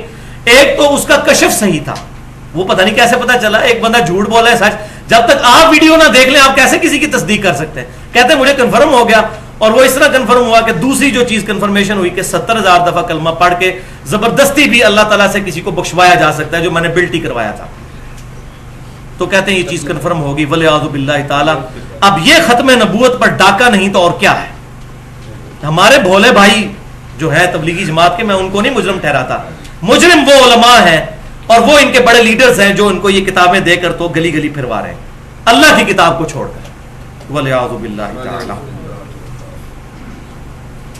اسی طریقے سے کشف المحجوب والا جو واقعہ ہے وہ دونوں میں پہلے بتا چکا کہ بازید بستامی کا دعویٰ علی بن عثمان اجویری نے نقل کیا کہ انہوں نے جب تیسری دفعہ حج کیا تو اللہ تعالیٰ کو بھی دیکھ لیا. اور کہتے ہیں کعبہ نہیں دیکھا، ہاں کعبے کے مالک کو وہاں پر دیکھ لیا. ولیعوذ باللہ. تو میرے 3 ریسرچ پیپرز اس پہ چھپ چکے ہیں. پہلا ریسرچ پیپر ہے قبروں سے فیض کے عقیدے کا تحقیقی جائزہ، جس میں 8 اسی قسم کے واقعات ہیں. اہل سنت پاک.com پر 3 MB کی فائل ہے، 4 صفحوں پر وہ اپلوڈ ہے. دوسرا ریسرچ پیپر 2A کے نام سے اندھا دھند پیروی کا انجام، اس میں 19 گستاخانہ عبارات ہیں جس پہ میرا لیکچر بھی ہے 71B کے نام سے. اور تیسرا ریسرچ پیپر 2B کے نام سے غیر اسلامی نظریات بامقابلہ صحیح اسلامی عقائد، اس میں 32 اس قسم کی عبارتیں موجود ہیں پورے ریفرنسز کے ساتھ. جسے چاہیے ہو تو وہاں سے وہ ڈاؤن لوڈ کر سکتا ہے. اور اس میں آپ حیران ہوں گے، یہاں تک واقعہ لکھا ہوا ہے ارواح ثلاثہ کے اندر. اشرف علی تھانوی صاحب نے کہتے ہیں اسلام کے لیے بڑی خدمات ہیں. اب یہ بھی تو انہوں نے خدمت کی. ارواح ثلاثہ میں انہوں نے نقل کیا، نام ہی دیکھ لیں کتنا خطرناک ہے، 3 روحوں کا بیان ارواح ثلاثہ. اس میں وہ نقل کرتے ہیں قبروں سے فیض والے، میں نے پمفلٹ میں بھی ڈالا ہے کہ قاسم ننوتوی صاحب جنہوں نے مدرسہ دیوبند بنایا تھا، مرنے کے کئی سال کے بعد وہ قبر سے باہر نکلے اور دیوبند مدرسے میں 2 مولویوں کے درمیان جھگڑا تھا، ان کی صلح کروا کے دوبارہ قبر کے اندر واپس چلے گئے. اور اشرف تھانوی صاحب اس میں شرح کرتے ہوئے لکھتے ہیں، اس کی شرح لکھ رہے ہیں واقعے کی. ہم تو کتاب و سنت کی شرح بیان کرتے ہیں، اس واقعے کی شرح بیان کر رہے ہیں کہ ہو سکتا ہے کہ اس روح نے اللہ سے اجازت لے کے قبر سے اپنا جسم اٹھایا ہو اور باہر آ گئی ہو. اور یہ بھی ہو سکتا ہے کہ روح نے اجزاء میں خود تصرف کر کے اپنا جسم تیار کر لیا ہو، اپنا جسم خود، اور پھر باہر نکلا ہے. یہ اشرف تھانوی صاحب نے اس کی شرح بھی بیان کی ہے. اور اس امام میں نے کہا بہت ننگے ہیں. اہل حدیث حضرات کی طرف سے بھی ایک بڑی ڈینجرس کتاب ہے کرامات اہل حدیث. وہ بھی جھوٹ کا اور شرکی عقائد کا پلندہ ہے. لیکن میں اس حوالے سے اہل حدیث علماء کی تعریف کرتا ہوں کہ انہوں نے خود ہی اس مولوی کو اور اس کتاب سے اعلان برات کر دیا ہے. اگرچہ یہ کتاب چھپ رہی ہے کرامات اہل حدیث، لیکن کتنے بڑے بڑے علماء ہیں جنہوں نے اس کو ریجیکٹ کر دیا کہ اس کتاب کے ساتھ ہمارا کوئی تعلق نہیں. اس میں بھی اس قسم کے بڑے بےہودہ واقعات موجود ہیں. یہ میں اس لیے بیان کر رہا ہوں تاکہ کوئی یہ نہ کہے کہ فلاں کی تھی وہ چھوڑ دی. اسی طریقے سے اہل تشیع کی تو آپ جو کتاب کھولیں اس میں تو یہ چیزیں موجود ہیں. لیکن الحمدللہ اب ہمارے لیکچرز کے ذریعے اللہ تبارک و تعالی ہدایت دینے والا ہے, بات لوگوں تک الحمدللہ حق بات پہنچ رہی ہے. اب اس میں جب یہ باتیں کریں گے تو بڑا لیم ایکسکیوز دیں گے آپ کو, اور جی اللہ تعالیٰ چاہے تو کرامت نہیں دکھا سکتا, آپ کرامت کے منکر ہیں. کرامت کے ہم منکر نہیں, میرا پورا لیکچر ہے کرامت کے اوپر, مسئلہ نمبر 49 کے نام سے, اس کے 15 منٹ شروع کے کرامت کے. ہم کس کرامت کو مانتے ہیں؟ کرامت کوئی دکھا نہیں سکتا, اللہ کا کرم ہوتا ہے کسی پر, خود نہیں کیپیبل ہوتا دکھانے کا. اور یہ کرامت ہے, دیکھیں نا جی, اللہ تعالیٰ چاہے تو قاسم نانوتوی صاحب قبر سے نکل کر مدرسہ دیوبند میں 2 مولویوں کی صلاح نہیں کروا سکتے. اب کون بندہ جو کہے گا جی نہیں ہو سکتا ایسے, اس طریقے سے. لیکن یہ صرف اپنے مولویوں کے لیے. اگر ان سے پوچھیں کہ ہمارے اہل تشیع بھائی جو یا علی مدد کہتے ہیں, اللہ چاہے تو حضرت علی قبر سے نکل کے آ کے ان کی مشکل کشائی نہیں کر سکتے, کہیں گے یہ شرک ہے. تو معاملہ یہ ہے کہ مسئلہ کہیں اور پہ خراب ہے, رزلٹ پہلے فکس ہے, پری ڈیٹرمنڈ ہے, اس میں چیزوں کو فٹ ان کیا جاتا ہے. اور یہ اللہ تعالیٰ چاہے تو دکھا سکتا ہے. بھائی اس طریقے سے اگر چیزیں مانی جائیں تو انسان مسلمان نہیں رہتا. کیوں کہ اللہ تبارک و تعالیٰ نے واضح طور پر قرآن پاک میں 2 آیات ایسی نازل فرما دی ہیں. وَلِعَوْذُ بِاللَّهِ تعالیٰ, یہاں پر اگر میں جملہ بولوں کہ پھر کوئی یہ شخص یہ بھی جرات کر سکتا ہے کہ اللہ تعالیٰ چاہے تو بیوی رکھ سکتا ہے, جبکہ اللہ تعالیٰ فرما رہا ہے لم یلد ولم یولد ولم یکن لہ کفوا احد. اللہ کا چاہنا آپ نے اپنی مرضی سے کیسے طے کر دیا؟ تو یہ 2 آیات یاد رکھیں جس کے تحت میں سمجھتا ہوں کہ ایسے عقیدوں کو اللہ کی طرف اپنی مرضی سے کرامت کہہ کے منسوب کرنا کفر ہے. پہلی آیت سورۃ النساء اور سورۃ المائدہ دونوں میں موجود ہے, یا اہل الکتاب لا تغلوا فی دینکم ولا تقولوا علی اللہ الا الحق. اہل کتاب, اللہ تعالیٰ کے اپنے دین کے معاملے میں غلو نہ کرو, اور اپنے رب کے بارے میں, اللہ کے بارے میں کوئی ایسی بات نہ کرو جو حق پر مبنی نہیں ہے, صرف حق بات کرو. اور دوسری آیت جو 24ویں پارے کی شروع میں آیت ہے, فمن اظلم ممن کذب علی اللہ, اور یہ مضمون کئی دفعہ آیا, سورہ زمر کی آیت نمبر 32 ہے. اس سے بڑھ کر ظالم اور گناہگار شخص اور کوئی نہیں ہو سکتا جو اللہ پر اپنی مرضی سے جھوٹ تھوپ دے. سورۃ الانبیاء کی 95 نمبر آیت میں ہے, جو مر گیا قیامت تک دنیا میں واپس نہیں آئے گا. قرآن کا انکار ہوگا. لا تبدیل لکلمات اللہ, اللہ تعالیٰ کے کلمات نہیں بدلتے. اگر کوئی کہے کہ اللہ تبارک و تعالیٰ چاہے تو اپنے کلمات کو بدل دے, تو بھائیو جو اپنے کلمات کو بدلے گا وہ اللہ نہیں ہے, اور جو اللہ ہے وہ جھوٹ نہیں بولتا, وہ اپنے کلمات کو نہیں بدلتا, وہ فکس ہے. اور انہی چیزوں کو بنیاد بنایا ماضی قریب میں ہی, آج سے 100 سال پہلے انڈیا پاکستان کے اندر ایک بہت بڑی پرسنالٹی غلام احمد قادیانی دجال نے, جس نے انہی چیزوں کو بنیاد بنا کر امتی نبی ہونے کا دعویٰ کیا. اس کی آپ کتابیں پڑھ کے دیکھیں, روحانی خزائن, کشتی نوح اور حقیقت الوحی, یہ بھی ایک کتاب ہے. اس میں اس نے کہا کہ یہ جتنے دعوے میں کر رہا ہوں یہ پچھلے سارے صوفیاء کرتے آئے ہیں, اگر میں نے کر لیا تو میں نے کون سا جرم کیا ہے؟ اور دیو جواب انہوں, آؤ میدان جواب دیو. تو میں اس میں ایک جملہ بولا کرتا ہوں کہ غلام احمد قادیانی نے شراب کو شراب پی کر کہا کہ میں نے شراب پی, اور ان لوگوں نے وہی غلط اور گندی چیزیں اپنے عقائد پروپیگیٹ کیے, لیکن کہا یہ شراب نہیں انگوروں کا جوس ہے شراب ہی تھی, لیکن فتوے سے بچ گئے. کسی نے کلمہ پڑھوایا لا الہ الا اللہ چشتی رسول اللہ, لا الہ الا اللہ اشرف علی تھانوی رسول اللہ, یہ کلمے پڑھائے اور کہا یہ معرفت کی باتیں ہیں, ہم پیغمبر ہونے کا دعویٰ نہیں کرتے. بولے اعوذ باللہ تعالی. اور اسی پر میرا وہ لیکچر ہے, مسئلہ نمبر 71B, انڈیا پاکستان کے بزرگوں کی 19 گستاخانہ عبارات کا تحقیقی جائزہ. اب آ جائیے جناب آخری پوائنٹ کی طرف, اور وہ ہے خوابوں سے متعلق. ایک دفعہ دروشی پڑھ لیجئے. اللہم صلی علی محمد وعلی آل محمد کما صلیت علی ابراہیم وعلی آل ابراہیم انک حمید مجید. اللہم بارک علی محمد وعلی آل محمد کما بارکت علی ابراہیم وعلی آل ابراہیم انک حمید مجید. پوائنٹ نمبر 3 ہے تیسری اصطلاح سے ریلیٹڈ, اور وہ ہے رؤیا. عربی میں کہتے ہیں خواب کو رؤیا, اور اس میں بھی پرٹیکولر دیدار مصطفیٰ صلی اللہ علیہ وسلم کے بارے میں ایڈریس کروں گا. جو ایکسٹریم رویے پائے جاتے ہیں ہر طرف سے, درمیان کی راہ اس معاملے میں کیا ہے وہ میں انشاءاللہ بیان کروں گا. تو الہام کے بارے میں تو عقیدہ تھا کہ اللہ تبارک و تعالیٰ دل پر القاء کر دیتا ہے، کسی کو شرح صدر کر دیتا ہے. کشف کے بارے میں تھا کہ وہ نیند اور بیداری کے درمیان کی کوئی کیفیت ہوتی ہے. اور یہ پرٹیکولر اس پر تو سب متفق ہیں، اور الحمدللہ ہم نے احادیث بھی سن لی شروع میں دوسرے پوائنٹ میں کہ خواب ایک ذریعہ ہے اب قیامت تک غیبی خبروں کا، بخاری اور مسلم کی متفق علیہ حدیث کے تحت. یہ نیند کی حالت میں ہوتی ہے اور خواب کے ایکسپیرینس سے ہر انسان گزرتا ہے. خواب اللہ تعالیٰ نے ایک ایسی چیز رکھی ہے جس کی وجہ سے اللہ تعالیٰ انسان کو یہ میسج دینا چاہتا ہے کہ جس طریقے سے انسان جب خواب دیکھتا ہے اور اٹھ جاتا ہے تو کہتا ہے کہ یہ جو زندگی میں نے گزاری خواب کی حالت میں یہ تو خواب تھا، اصل زندگی تو یہ ہے. بالکل اس طریقے سے ایک آخرت کی اصل زندگی آنے والی ہے جس کو اس زندگی کے ساتھ وہی نسبت ہے جو اس زندگی کو خواب کے ساتھ، کہ جب وہ قیامت کا دن آئے گا تو انسان کہے گا ہائے اصل زندگی تو یہ تھی. تو یہ دنیا میں اللہ تعالیٰ نے ایک ایکسپیرینس کروا دیا، اور یہ اللہ تعالیٰ کا ایک طریقہ ہے. اللہ تعالیٰ نے ایک انسٹیٹیوٹ بنایا ہے، ایک موڈ آف نالج ہے، ایک ورچوئل تمثیلی طریقہ ہے لوگوں تک غیب کی خبریں پہنچانے کا اور ان کی اصلاح کرنے کا.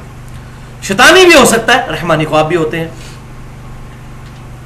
اور اس میں یہ بھی بات یاد رکھیے، اکثر ہم خواب میں اپنے قریبی رشتہ داروں کو دیکھتے ہیں جو زندہ ہیں، لیکن اگر آپ صبح اٹھ کر انہی رشتہ داروں سے پوچھیں کہ جناب ابو جان آپ رات کو خواب میں مجھے آئے تھے، تو ان کو نہیں پتا ہوتا کہ میں آیا تھا.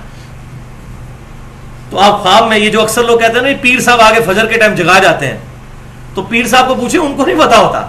یہ تمثیلی سارے معاملات ہوتے ہیں. ہوتے شیطان آ جائے، اللہ تبارک و تعالیٰ کی طرف سے کوئی معاملہ ہو جائے. تو یہ جو کہتے ہیں نا پیر صاحب آ کے جگاتے ہیں، تو ان کو کہ اسی ٹائم پیر صاحب کو فون کریں کہ آپ رات کو کدھر تھے، تو اگر بتا جائیں تو پھر ہمیں پکڑ لیں آ کے. تو یہ تمثیلی معاملات ہوتے ہیں، انسان سوچتا رہتا ہے اور یہ معاملات انسان کے ساتھ ایسے ہوتے ہیں. تو ایک پورا اللہ تبارک و تعالیٰ کا ایک سمجھ لیں محکمہ ہے. ہاں انبیاء اکرام علیہ السلام کے خواب ڈیفینیٹ وہی ہوتے ہیں، اس میں کوئی شک ہی نہیں ہے، اور قرآن پاک اس پر گواہ ہے. کئی ایک جگہوں میں آیات قرآن پاک میں موجود ہیں. آپ کے پیپر کے اوپر آخری دو جو آیات کراس ریفرنس کے طور پر ہیں، آیت نمبر 11 اور 12 سورہ الصافات کی آیت نمبر 102. بسم اللہ الرحمن الرحیم.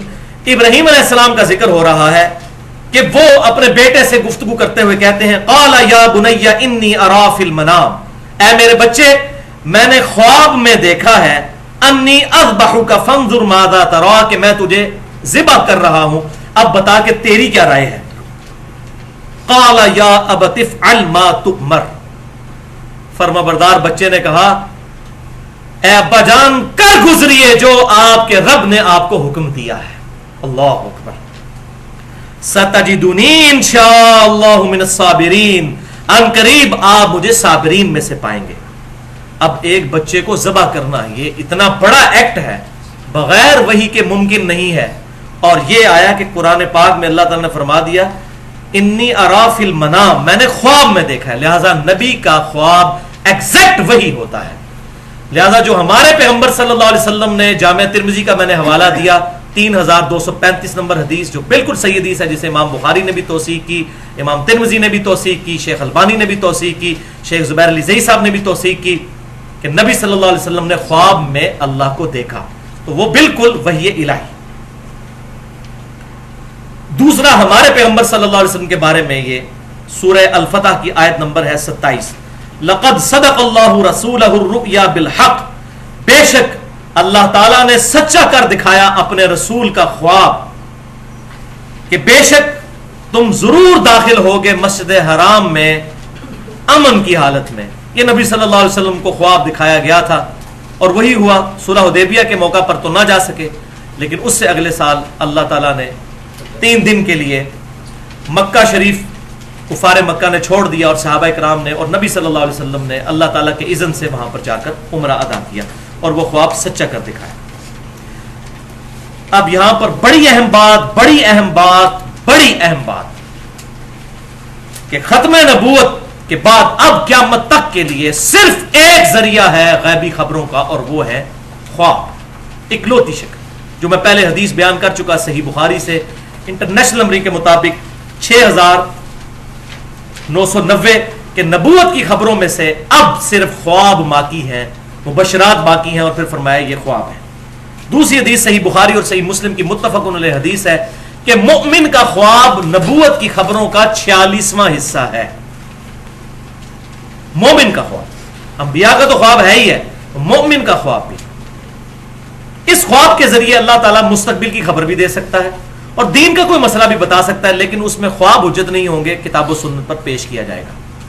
مستقبل کی خبر کسی کو خواب میں دکھائی جا سکتی ہے، لیکن وہ جب تک خبر واقع نہ ہو جائے کوئی کہہ نہیں سکتا کہ یہ بات ٹھیک تھی. وہ ہونے کے بعد پتہ چلے گا. مثال کے طور پہ میں آپ کو اپنا پرسنل ایک واقعہ بتاتا ہوں. اگست 2005 کی بات ہے، یعنی تقریباً 8 سے سمجھ لیں 7-8 سال پہلے کی، کہ میں نے خواب میں دیکھا کہ اللہ تعالیٰ نے مجھے ایک بیٹی دی ہے اور مجھے وہ اس کی شکل بھی پورا فیچرز دکھائے گئے خواب میں، اگست 2005 میں. اور اس کے پھر 4 مہینے کے بعد 3 دسمبر 2005 کو اللہ تعالیٰ نے مجھے الحمدللہ بیٹی کی دولت سے نوازا، اور ایگزیکٹ وہی شکل تھی جو میں نے 4 مہینے پہلے خواب میں دیکھی تھی. اب وہ جب تک واقعہ نہ ہو جاتا، میں نے بیٹی دیکھی تھی، بیٹا پیدا ہو جاتا تو میرا خواب غلط ہوتا، اور پھر شکل بھی وہی. تو اس چیز سے اب کنفرم ہو گیا کہ یہ غیبی خبر تھی. اس طرح آپ کے ساتھ بھی کئی معاملات ہوئے ہوں گے. لیکن دین کے معاملات جو ہیں وہ اگر خواب میں ایسے معاملات ہوں وہ حق ہو سکتے ہیں، لیکن ان کو کتاب و سنت پر پیش کیا جائے گا.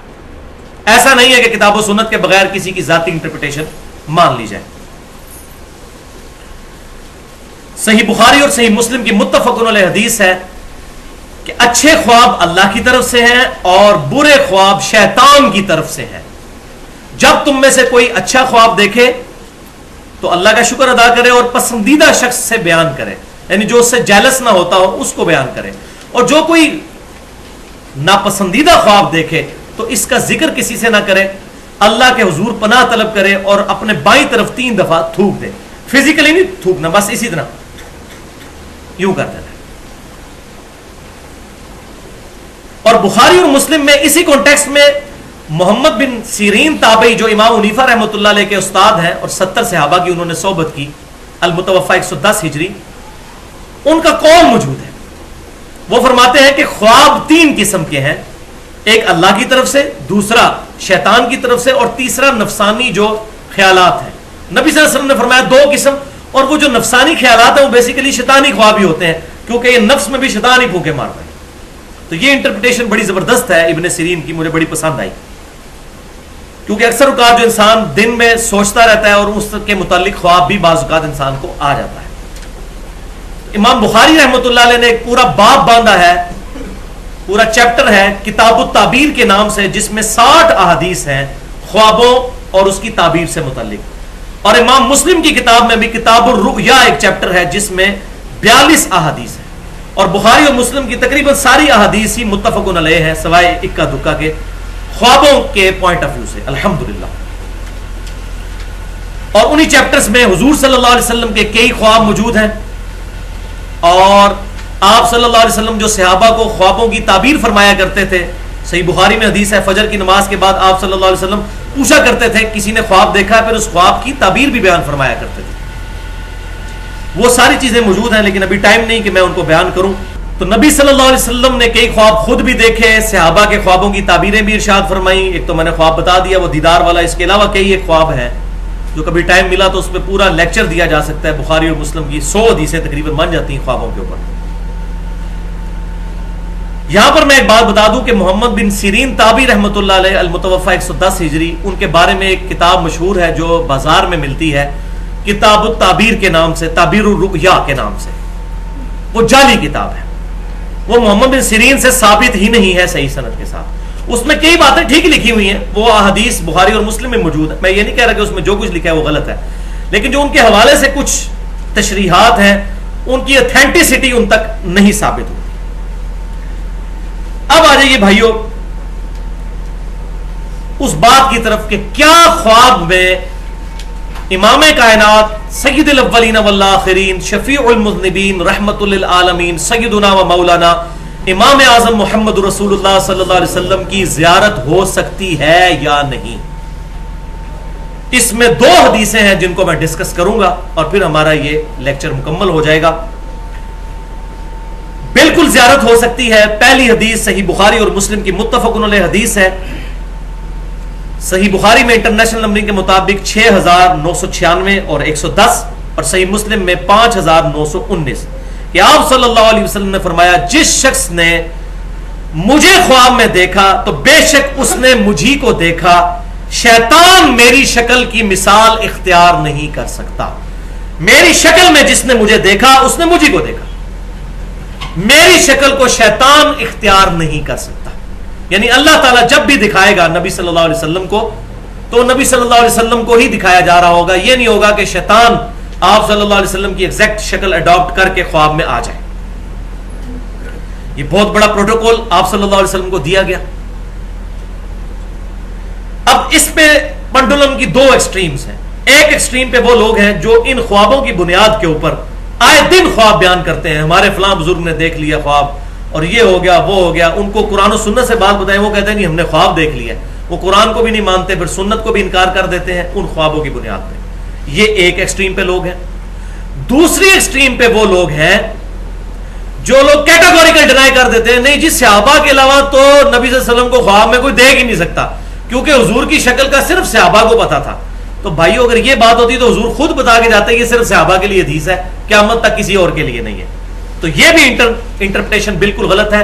حق بات پینڈولم کی دو ایکسٹریمز کے درمیان ہے کہ نبی صلی اللہ علیہ وسلم کو دیکھا جا سکتا ہے قیامت تک کوئی امتی بھی دیکھ سکتا ہے لیکن لیکن لیکن اس شکل مبارک میں جو احادیث کے ذریعے ہم تک ٹرانسفر ہوئی ہیں اگر وہ شکل مبارک ہوگی تو آپ صلی اللہ علیہ وسلم کو دیکھا جا سکتا ہے. اور اس کی کئی ایک مثالیں موجود ہیں احادیث کی کتابوں میں. یہ تاریخ کی یا بزرگوں کی لکھی ہوئی کتابیں نہیں ہیں. 5 مثالیں میں بیان کر دیتا ہوں تاکہ ہمارا ایمان تازہ ہو جائے اس حوالے سے. صحیح مثال نمبر 1 مسند امام احمد میں انٹرنیشنل نمبرنگ کے مطابق 2165 نمبر حدیث ہے کہ آپ صلی اللہ علیہ وسلم کی وفات کے 50 سال کے بعد 61 ہجری میں سیدنا عبداللہ ابن عباس رضی اللہ تعالیٰ عنہ صحابی نے حضور کو خواب میں دیکھا. اور یہ حدیث مشکات میں 6181 نمبر ہے. شیخ البانی بھی اسے صحیح کہتے ہیں. شیخ زبیر علی زئی صاحب نے بھی اس پر صحت کا حکم لگایا. پوری امت اس کو نقل کرتی ہے یہ الحمدللہ.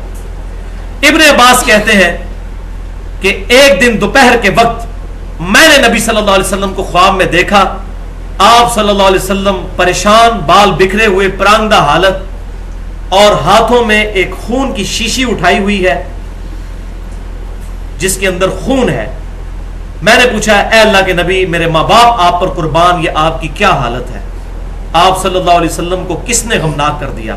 تو آپ صلی اللہ علیہ وسلم نے فرمایا کہ یہ میرے حسین اور ان کے ساتھیوں کا خون ہے.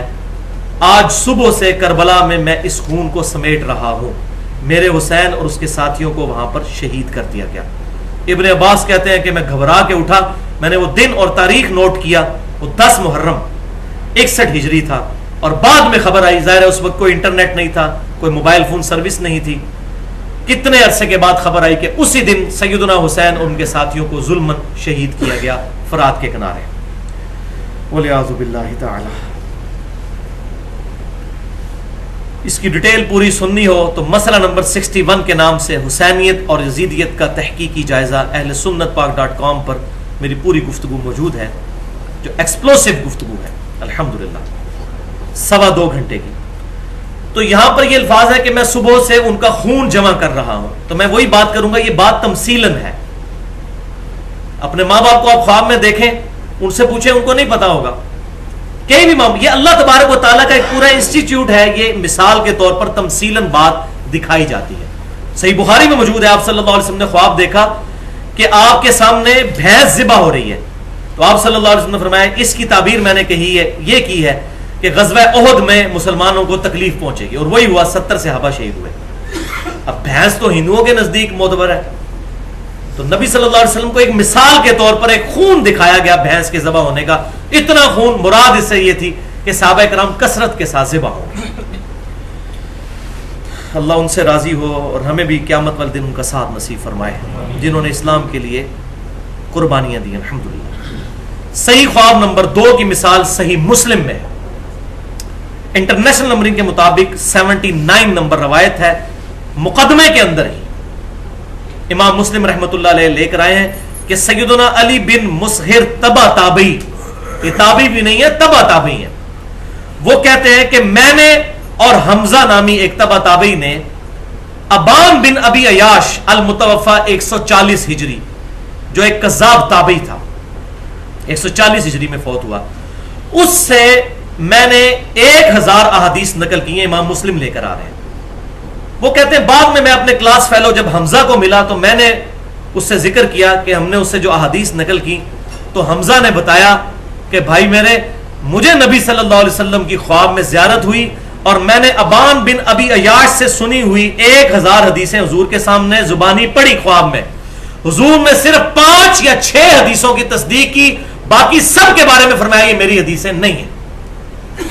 یہ کہتے نہیں حدیث تو حدیث ہوتی ہے، وہی ڈگری تو ڈگری ہوتی ہے، چاہے جعلی ہو یا اصلی، وہ جو پاکستانی سیاستدان کہتے ہیں حدیث تو حدیث ہوتی ہے چاہے جعلی ہو یا اصلی، کتابوں میں تو آ گئی نا۔ یہ سن لیں، صحیح مسلم کی پہلی حدیث ہی مقدمے میں یہ ہے کہ جس نے میری طرف جھوٹی حدیث منسوب کی وہ اپنا مقام دوزخ میں دیکھ لے، ولیعوذ باللہ تعالی۔ اور یہ بخاری میں بھی حدیث ہے، اس میں میرا پورا لیکچر ہے مسئلہ نمبر 36 کے نام سے، 1.5 گھنٹے کی گفتگو، ضعیف الاسناد اور من گھڑت احادیث کے فتنے کا تحقیقی جائزہ، اس میں نے کئی ایک مثالیں اس کی بیان کی۔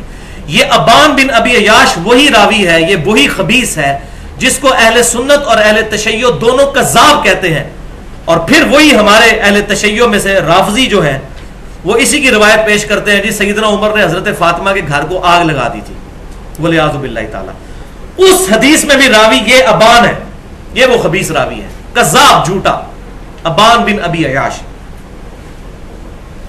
تیسری مثال خواب کی، سنن نبی داؤد میں انٹرنیشنل نمبر کے مطابق 5077 نمبر، سنن ابن ماجہ میں 3867 اور سنن نسائی الکبریٰ کے اندر بھی موجود ہے 9855۔ حماد تابعی کہتے ہیں کہ میں نے ابو عیاش رضی اللہ تعالیٰ عنہ سے ایک حدیث سنی، اور یہ ریفرنس الحمدللہ ہمارے اذکار والے کارڈ پہ بھی موجود ہے، صبح شام کے جو اذکار والا کارڈ ہے اہل سنت پاک.com پہ وہ رکھا ہوا ہے۔ کہتے ہیں میں نے حدیث سنی ابو عیاش رضی اللہ تعالیٰ عنہ سے، حماد تابعی کہتے ہیں کہ آپ صلی اللہ علیہ وسلم نے فرمایا جس شخص نے صبح کے وقت ایک دفعہ پڑھ لیا لا الہ الا اللہ وحدہ لا شریک لہ لہ الملک ولہ الحمد وہو علی کل شیء قدیر، تو شام تک اللہ تعالیٰ اس کی شیطان سے حفاظت فرمائے گا، نمبر 1۔ نمبر 2، اس کو ایک غلام آزاد کرنے کا، اور وہ بھی اسماعیل علیہ السلام کی اولاد سے، ثواب عطا فرمائے گا۔ نمبر 3، اس کے 10 درجات بلند کر دے گا۔ نمبر 4، اس کے 10 گناہوں کو معاف کر دے گا، اور نمبر 5، اسے 10 نیکیاں عطا فرمائے گا۔ اب یہ 5 فضیلتیں ایک دفعہ یہ پڑھنے کی، اور جو شام کے وقت کرے گا تو صبح تک اللہ تعالیٰ اس کو محفوظ قلعے میں رکھے گا، اور یہی ساری فضیلتیں ہوں گی۔ اب اتنی بڑی فضیلت، حماد تابعی کہتے ہیں کہ نبی صلی اللہ علیہ وسلم کی مجھے زیارت ہوئی تو میں نے کہا یا رسول اللہ یہ آپ کی حدیث ہے، مجھے کنفرم کر دیجئے۔ دیکھیں ان لوگوں کو ہمیشہ نیکیوں کی فکر ہوتی تھی کہ اتنی بڑی فضیلت ہے، یہ حدیث صحیح ہے یا ضعیف ہے؟ تو آپ صلی اللہ علیہ وسلم نے فرمایا ابو عیاش نے سچ کہا، یہ میری ہی حدیث ہے الحمدللہ، اور رسول محدثین پر بھی حدیث صحیح ہے الحمدللہ۔ امام داؤد، امام نے ماجہ، امام نسائی تینوں نے نقل کیا۔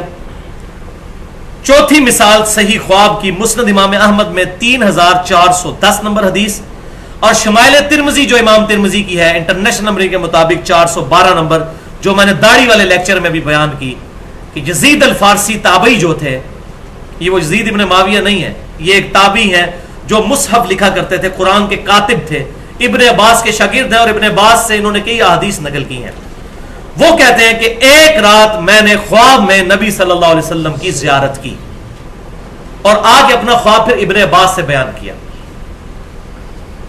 شمائل ترمذی کا جو آخری چیپٹر ہے خواب میں حضور کو دیکھنے کا بیان، اس میں یہ 412 نمبر حدیث ہے، 417 ٹوٹل حدیث ہیں، 412 نمبر یہ ہے، اور مسند امام احمد میں بھی موجود ہے۔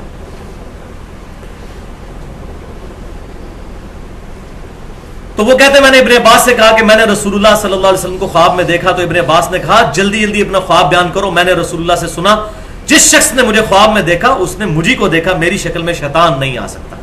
تو انہوں نے پھر بڑا پیارا خواب بیان کیا، اس کے اینڈ پر ابن عباس نے تصدیق کی کہ اگر تم بیداری میں بھی حضور کو دیکھ لیتے تو اس سے مختلف نہ پاتے، تم نے رسول اللہ ہی کو خواب میں دیکھا ہے۔ اب انہوں نے نہیں کہا کہ قیامت تک کوئی دیکھ ہی نہیں سکتا، وہ تابعی تھے، صحابی تو نہیں تھے جنہیں خواب دیکھا. اس کا ترجمے میں بھی بعض لوگوں نے 2 نمبری کی، وہ صرف یہ ثابت کرنے کے لیے کہ حضور کی داڑھی بہت لمبی تھی، کیونکہ اس میں واضح موجود ہے کہ حضور کی داڑھی نحر تک تھی، سینے کے شروع والے حصے کی طرف. لیکن الحمدللہ اہل حق بھی موجود ہیں، اکثر اہل حقی ہیں جنہوں نے ترجمہ صحیح کیا. اس میں سے اہل حدیث علماء میں سے ایک بڑے عالم، چونکہ اہل حدیث کو یہ مسئلہ کڑوا لگتا ہے، میں انہی کے عالم کا حوالہ دیتا ہوں. دارالاسلام سے کتاب چھپی ہے آئینہ جمال نبوت، اس میں اہل حدیث کے بہت بڑے اس وقت ہم حافظ عبدالستار حماد صاحب کا ترجمہ انہوں نے چھاپا ہے دارالاسلام والوں نے، اور یہ خواب کا ترجمہ میں وہاں سے پڑھنے لگا ہوں. وہ کہتے ہیں، یزید الفارسی کہتے ہیں، اے ابن عباس میں نے خواب میں نبی صلی اللہ علیہ وسلم کو دیکھا. آپ صلی اللہ علیہ وسلم کا قد مبارک نہ بہت لمبا تھا نہ بہت چھوٹا بلکہ درمیانہ تھا. آپ صلی اللہ علیہ وسلم کا رنگ مبارک بہت سفید نہیں بلکہ گندمی نما سفید سرخ رنگ تھا. آپ صلی اللہ علیہ وسلم کے دانت مبارک انتہائی سفید اور خوبصورت تھے. آپ صلی اللہ علیہ وسلم کی آنکھیں سرمگی تھیں جیسے سرما لگا ہوا ہوتا ہے. آپ صلی اللہ علیہ وسلم کا چہرہ مبارک گول اور گوشت سے پر تھا، اور آپ صلی اللہ علیہ وسلم کی داڑھی مبارک انتہائی گھنی اور پورے چہرے پر پھیلی ہوئی تھی اور نحر تک تھی. نحر تک، سینے کے الفاظ ہی کوئی نہیں ہے، لیکن مولوی نے 2 نمبری کے سینہ بھرتی تھی. حضور کی اتنی لمبی داڑھی نہیں تھی، نحر تک تھی. یہ اونٹ کو سینے سے نہر کیا جاتا ہے یا یہاں سے کیا جاتا ہے نہر؟ یہ جہاں پر یہ ہلکا سا سمجھے کہ ٹرف بنا ہوا ہوتا ہے، یہاں پر یہ گلے والا آخری حصہ جہاں سے سینہ شروع ہوتا ہے، سینہ یہاں سے شروع ہو کے ناف تک جاتا ہے، یہ سینے کا ابتدائی حصہ. اور وہی انہوں نے ترجمہ کیا کہ آپ صلی اللہ علیہ وسلم کی داڑھی مبارک سینے کے شروع کے حصے پر، ابتدائی حصے پر پھیلی ہوئی تھی یہاں تک. اور یہ الحمدللہ مجھ پہ شرح صدر ہوا ہے. میں وہی بات کروں گا کہ اکثر علماء پریشان تھے کہ صحیح بخاری میں آتا ہے کہ عبداللہ بن عمر مٹھی کے بعد داڑھی کاٹ دیا کرتے تھے حج اور عمرے پر، اور ابو داؤد میں ہے کہ مطلقاً مٹھی کے بعد داڑھی کاٹا کرتے تھے.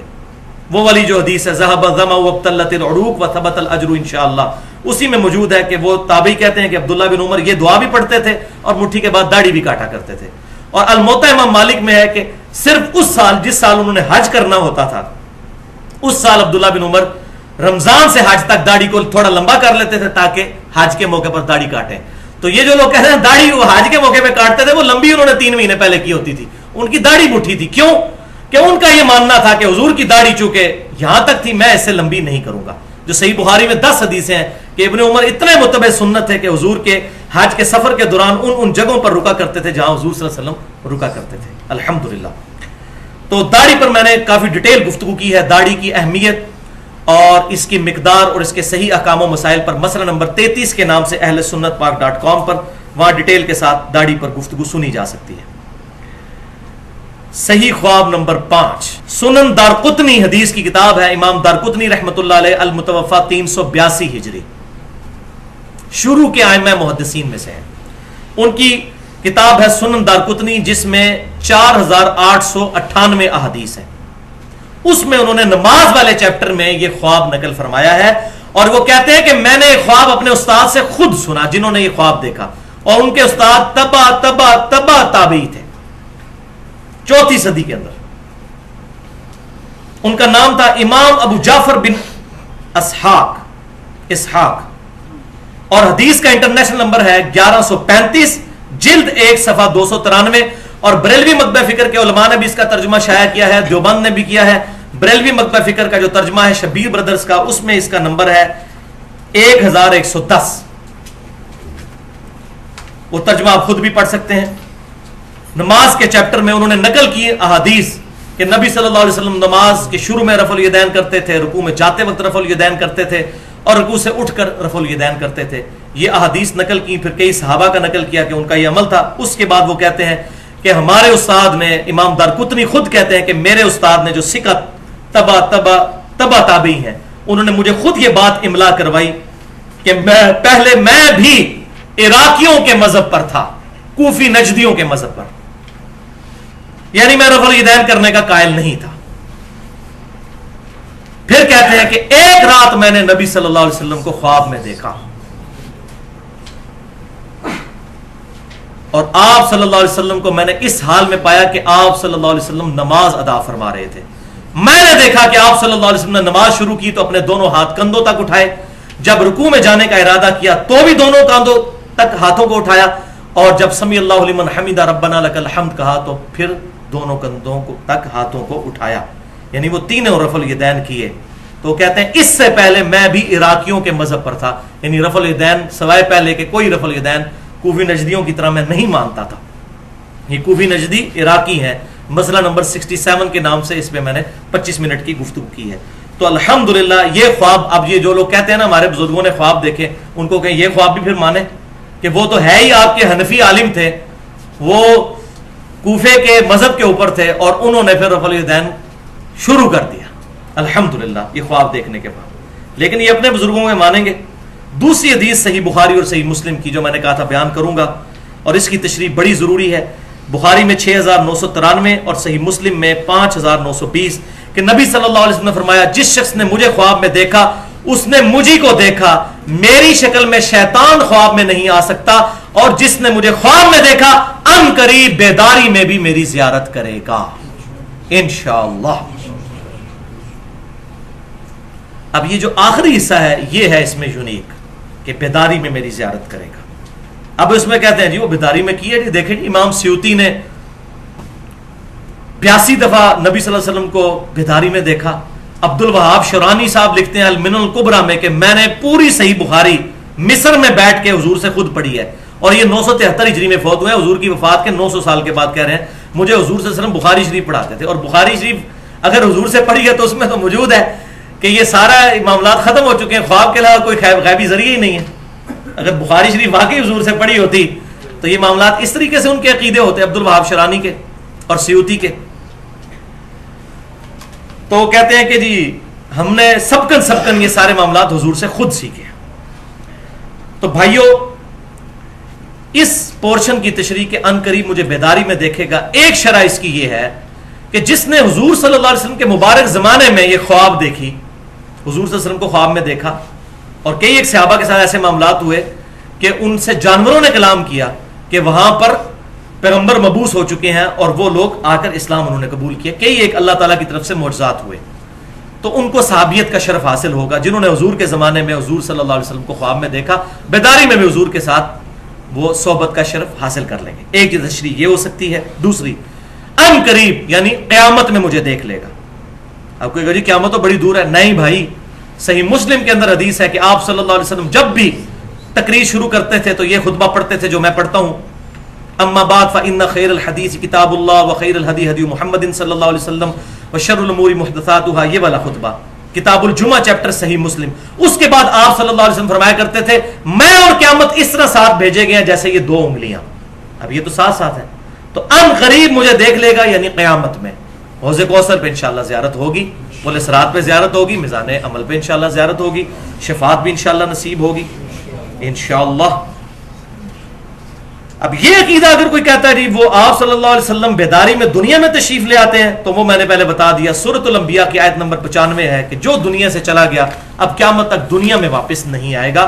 آپ صلی اللہ علیہ وسلم کا جسم مبارک مدینہ شریف کی قبر میں ہے، اور روح مبارک جنت الفردوس میں ہے، اور اس روح اور جسم کا ایک تعلق ہے جو برزخی ہے، جو حیات النبی کا مسئلہ میں نے مسئلہ نمبر 5 کے نام سے اہل سنت پاک.com پر اپلوڈ ہے۔ نہ بالکل ہم برزخی معاملات کو مانتے ہیں، نہ بالکل دنیاوی معاملات کو، درمیان کا ایک معاملہ ہے جو میں نے اس میں حق بات بیان کی ہے الحمدللہ، جو دراصل برزخی ہی ہے۔ تو شیطان آپ صلی اللہ علیہ وسلم کی شکل تو اختیار نہیں کر سکتا، لیکن کسی اور شکل میں آ کے جھوٹ بول سکتا ہے کہ میں تمہارا پیغمبر ہوں، اور یہ میں اپنی طرف سے نہیں شرح کر رہا، اس پہ سارے لوگ متفق ہیں، بریلوی، دیوبندی، اہل حدیث، اہل تشیع، ان کی کتابوں میں بھی یہ بات لکھی ہوئی ہے۔ بلکہ بیداری میں غلام احمد قادیانی نے دعویٰ کر دیا تھا میں ذل محمد ہوں، کیا تھا نا دعویٰ، والعیاذ باللہ تعالی۔ مجھے کئی لوگ ملے ہیں جنہوں نے یہ بات کی جی ہم نے نبی صلی اللہ علیہ وسلم کو کلین شیو دیکھا ہے، اور ڈرتے ڈرتے خواب بیان کیا، تو میں نے ان کو کہا کہ آپ صلی اللہ علیہ وسلم کو نہیں دیکھا، آپ نے شیطان کو دیکھا ہے۔ وہ کہتے ہیں نہیں جی ہمیں خواب میں بتایا گیا، اب ان کو اس حدیث کی شرح نہیں آتی تھی۔ ایک تبلیغی جماعت کے بھائی ملے، بوڑھے، ریٹائرڈ ایئر فورس سے، مجھے کہنے لگے جی میں نے کئی سال پہلے آپ صلی اللہ علیہ وسلم کو خواب میں دیکھا تو میں پھر تبلیغی جماعت میں آ گیا۔ میں نے کہا جی آپ نے کیا دیکھا؟ تو کہنے لگے جی سفید داڑھی، سفید پگڑی، سفید کپڑے۔ وہی جو ہمارا ایک کنسیپٹ ہے. میں نے کہا انا للہ و انا الیہ راجعون. مجھے لگتا ہے آپ نے شیطان کو خواب میں دیکھا. وہ کہنے لگا جی حدیث ہے. میں نے کہا الحمدللہ حدیث تو ہم ماننے والے ہیں, لیکن اس میں ہے کہ میری شکل میں. تو بھائی بخاری اور مسلم کی متفق علیہ حدیث ہے. انس ابن مالک جنہوں نے 10 سال حضور کو وضو کروایا, وہ کہتے ہیں کہ وفات کے وقت اگر میں حضور صلی اللہ علیہ وسلم کے بال مبارک سر اور داڑھی کے ملا کے بھی گنتا تو 20 سے زیادہ سفید نہیں تھے. 20 سے زیادہ میرے سفید ہیں سر کے.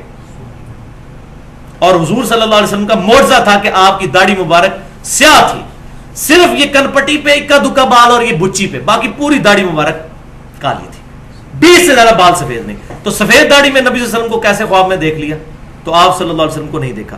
تو یہ میں جو کہہ رہا ہوں کہ یہ ہماری شرح نہیں, شروع سے صحیح بخاری میں جو شرح لکھی گئی سب سے بیسٹ, جس کو بریلوی, دیوبندی, اہل حدیث, اہل سنت کے روانے والے تینوں گروہ مانتے ہیں, فتح الباری ابن حجر اسقلانی رحمۃ اللہ علیہ, المتوفا 852 ہجری, ان کی لکھی ہوئی ہے صحیح بخاری کی شرح. اس میں انہوں نے لکھا ابن سیرین رحمۃ اللہ علیہ کا قول صحیح سند کے ساتھ, کہ ان کو جب بھی کوئی آگے بتاتا تھا کہ میں نے نبی صلی اللہ علیہ وسلم کی خواب میں زیارت کی, تو کہتے تھے پہلے نشانیاں بتاؤ تم نے حضور کو کس طرح دیکھا. وہ کہتا تھا یہ دیکھا. اگر وہ نشانیاں احادیث کے ساتھ میچ کرتی تھی وہ توثیق کرتے تھے, اور اگر میچ نہیں کرتی تھی وہ کہتے تھے تم نے نبی صلی اللہ علیہ وسلم کو خواب میں نہیں دیکھا. اور یہ امام حنیفہ کے استاد ہیں ابن سیرین, المتوفا 110 ہجری, تابعی ہیں. تو یہ اکثر لوگ شیطانی خواب دیکھتے ہیں اور پھر بیان بھی کرتے ہیں. ایک خواب جو میں نے مسئلہ نمبر 71B میں شیطانی خواب بیان کیا تھا, کشف المحجوب میں موجود ہے. بریلوی اور دیوبندی دونوں ترجمہ اس کا چھاپ رہے ہیں. امام حنیفہ کے چیپٹر میں موجود ہے کہ امام حنیفہ رحمۃ اللہ علیہ کی طرف یہ جھوٹا خواب, شیطانی خواب منسوب کر دیا, کیونکہ ان کی کوئی کتاب نہیں جس سے ہم یہ پرکھ سکیں. امام حنیفہ کہتے ہیں میں نے خواب میں دیکھا کہ میں نبی صلی اللہ علیہ وسلم کی قبر مبارک کھود کے اس میں سے حضور کی ہڈیاں جمع کر رہا ہوں. ولیعوذ باللہ. یہ ہمیں کہتے ہیں یا تو نبی کا عقیدہ نہیں مانتے, یہ نہیں مانتے. آپ صلی اللہ علیہ وسلم کا جسم مبارک بالکل صحیح حالت میں موجود ہے. یہ مسلمانوں کا اجماعی عقیدہ ہے, اس پہ کئی احادیث موجود ہیں الحمدللہ. تو جی بعد میں ابن سیرین سے پوچھا, دیکھا ابن سیرین کو وہاں فٹ کیا انہوں نے, ان کو پتا تھا ابن سیرین جو ہے وہ ان کے استاد ہیں. وہی ابن سیرین سے کہا استاد جی میں نے خواب دیکھی ہے. تو تابعین نے کہا جی بیٹا پریشانی کی کوئی بات نہیں ہے, تم حضور کی سنتیں جمع کرو گے. پریشانی کی بات تو ہے بھائی, حضور کی سنتیں جمع کرنی تھی. تو اللہ تعالیٰ یہ خواب دکھاتا کہ وہ دیکھ رہے ہیں کہ حضور کے برتن سمیٹ رہے ہیں, آپ سے ان کے کپڑے مبارک اکٹھے کر رہے ہیں, آپ کی چیزیں جمع کی جاتی, ہڈیاں. ولیعوذ باللہ تعالی, ولیعوذ باللہ تعالی. اس کے بعد میں کہتا ہوں جس میں ایمان کی اتنی سی بھی رتی موجود ہے نا, وہ کشف المحجوب کو نہیں چھاپے گا. اور جس کا مرشد نہ ہوئے وہ کتاب پڑھ لے, اے جناب پڑھے. جس کو مرشد نہ ملے وہ یہ کتاب پڑھ لے. اسی طریقے سے نور الدین زنگی والا واقعہ آپ نے اکثر سنا ہوگا. وہ یہودی تھے, نبی صلی اللہ علیہ وسلم کا جسم مبارک قبر سے نکالنا چاہتے تھے. تو آپ صلی اللہ علیہ وسلم نور الدین زنگی کو خواب میں آئے اور کہا کہ جی پہنچ. ولیعوذ باللہ تعالی. اگر یہی معاملات ہونے ہوتے بھائیوں, تو جب یزید نے مسجد نبوی میں 3 دن تک گھوڑے باندھے تھے اور وہ مسجد نبوی میں لید بھی کرتے رہے واقعہ حرہ کے دوران, اس وقت نبی صلی اللہ علیہ وسلم نے کسی کو کیوں نہیں بلایا؟ دنیا بقدر ایفٹ ہے. دنیا میں یزید کے دور کے اندر صحیح مسلم میں موجود ہے, خانہ کعبہ کو اس نے آگ بھی لگائی, شہید کر دیا. حجاج بن یوسف نے دوسری دفعہ کیا, لیکن وہ لشکر ابابیل والا ابراہ کے لیے آیا, ان کے لیے نہیں آیا. یہ اللہ کا معاملہ ہے کب یہ معاملات کرے. تو نبی صلی اللہ علیہ وسلم کے جسم مبارک کی حفاظت کے لیے آپ صلی اللہ علیہ وسلم کو کسی, تو آپ پھر اس میں یہ بول دوں ان کے والے عقیدے سے کہ حضور نے وہ امتیوں سے مدد مانگ لی تو امتی حضور کے مشکل کشا ہوئے, معاذ اللہ استغفر اللہ. تو یہ جھوٹا واقعہ, اس کی کوئی سند نہیں ہے. اس بندے نے واقعہ بیان کیا ہے سمہوتی نے, وہ 10ویں صدی ہجری کا بندہ ہے. 9ویں کے بالکل اینڈ پہ پیدا ہوا, 10ویں میں فوت ہوا 911 ہجری میں. اور اس نے جو یہ واقعہ بیان کیا وہ اپنے سے بھی تقریباً 300-400 سال پہلے کا واقعہ, اور سند کوئی بیان نہیں کیا, یہ بے سند واقعہ ہے. میں ساری جماعتوں کے ساتھ رہوں, سب لوگ تھوک کے حساب سے اس طرح کے خواب بیان کرتے ہیں. آپ دعوت اسلامی میں یہ سبز پگڑیوں والی جماعت میں چلے جائیں, انہوں نے پوری کتابیں چھاپی ہوئی ہیں دعوت اسلامی کی بہاریں. اس میں اتنے واقعات ہیں کہ جی نبی صلی اللہ علیہ وسلم ملتان اجتماع میں آئے اور ساروں کے لیے بشارت فرمائی کہ سب بخشے گئے جتنے اجتماع میں آئے, اور سارے کہتے ہیں سبحان اللہ. ٹھیک ہے جی. اچھا, تذکرہ صدر الشریعہ مفتی امجد علی صاحب کے اوپر ایک کتاب لکھی ہے الیاس قادری صاحب نے, جنہوں نے بہار شریعت لکھی. مفتی امجد علی احمد بریلوی صاحب کے خلیفہ, ان پر لکھی ہے کہ ان کے اس کتاب کے اندر ایک بزرگ کا واقعہ لکھا کہ وہ بزرگ بیمار ہو گئے تو 40 دن تک حضور صلی اللہ علیہ وسلم اس بزرگ کی شکل میں آ کے ان کے شاگردوں کو جو ہے وہ پڑھاتے رہے. یعنی اب حضور کہہ رہے ہیں میری شکل میں شیطان نہیں آ سکتا، اس بزرگ کی شکل میں جب آئیں گے، نبی صلی اللہ علیہ وسلم کی شکل مبارک سے بڑھ کے کس کی شکل خوبصورت ہو سکتی ہے؟ وہ کسی امتی کی شکل میں آئیں گے، وہ شیطان ہی آیا تھا اصل میں، اگر آیا تھا تو اس قسم کے واقعات لکھتے ہیں. اس کو وہ کہتے ہیں جی دعوت اسلامی کی بہار ہے. بالکل اسی طریقے سے ہمارے تبلیغی جماعت کے بھائی جو ہیں، رائے ونڈ والی جو پارٹی ہے، وہ بھی اس طرح کے واقعات، اس کو کارگزاری کا نام، جی جماعت آئی کارگزاری سنیں. اور ان کے عام آدمی کو کہتے ہیں جی ہمارے بزرگوں نے منع کیا، حاجی عبد الوہاب صاحب منع کرتے ہیں، حضرات منع فرماتے ہیں، لیکن حضرات کو یہ حاجی عبد الوہاب صاحب تو یہ نبی صلی اللہ علیہ وسلم کے مشورے سے سارا کام لے کے چل رہے ہیں. یہ کمرہ ہے جہاں نبی صلی اللہ علیہ وسلم تشریف لاتے ہیں رائے ونڈ میں. ٹھیک ہے، شکر ہے میں نے اس کمرے کی زیارت نہیں کی، مجھے بڑا شوق تھا اس وقت، میں بھی تبلیغی جماعت میں تھا، لیکن بڑا رش تھا، میں جا نہیں سکا اس کمرے تک. تو یہ یہاں نبی صلی اللہ علیہ وسلم آتے ہیں، تشریف لاتے ہیں، اور یہ حاجی عبد الوہاب صاحب ان کے مشورے سے یہ سارا جماعت کا کام لے کر چل رہے ہیں. تو یہ وہ بھی بیان کرتے ہیں. اور طاہر القادری صاحب کا خواب تو ماشاءاللہ انٹرنیٹ کے اوپر موجود ہے. انہوں نے یہاں تک کہہ دیا کہ جی نبی صلی اللہ علیہ وسلم نے واپسی پہ مدینہ شریف جانے کے لیے مجھ سے ٹکٹ مانگا، اور ٹیکسی کا کرایہ بھی یہاں پر پھرنے کے لیے مجھ سے مانگا. اور پھر وہ کہتے ہیں جی میں نے خواب دیکھا ہے، اللہ کی قسم میں جھوٹ نہیں بولتا. اور میں طاہر القادری صاحب، الیاس قادری صاحب، حاجی عبد الوہاب صاحب، ان سارے بزرگوں کی 100% تصدیق کرتا ہوں کہ واقعی یہ خواب دیکھتے ہیں. اور یہ میں وہ شرح صدر جو مجھے ہوا ہے وہ میں بیان کرنے لگا ہوں. یہ بالکل صحیح کہتے ہیں، یہ جھوٹ نہیں کہتے، ان کو خواب آتے ہیں. دماغ خراب ہے کسی کا خواب بیان کرے اس طرح. تو یہ ٹروتھ بھی میں ریویل کر دیتا ہوں کہ اصل میں شیطان ان کے ساتھ کھیل رہا ہوتا ہے.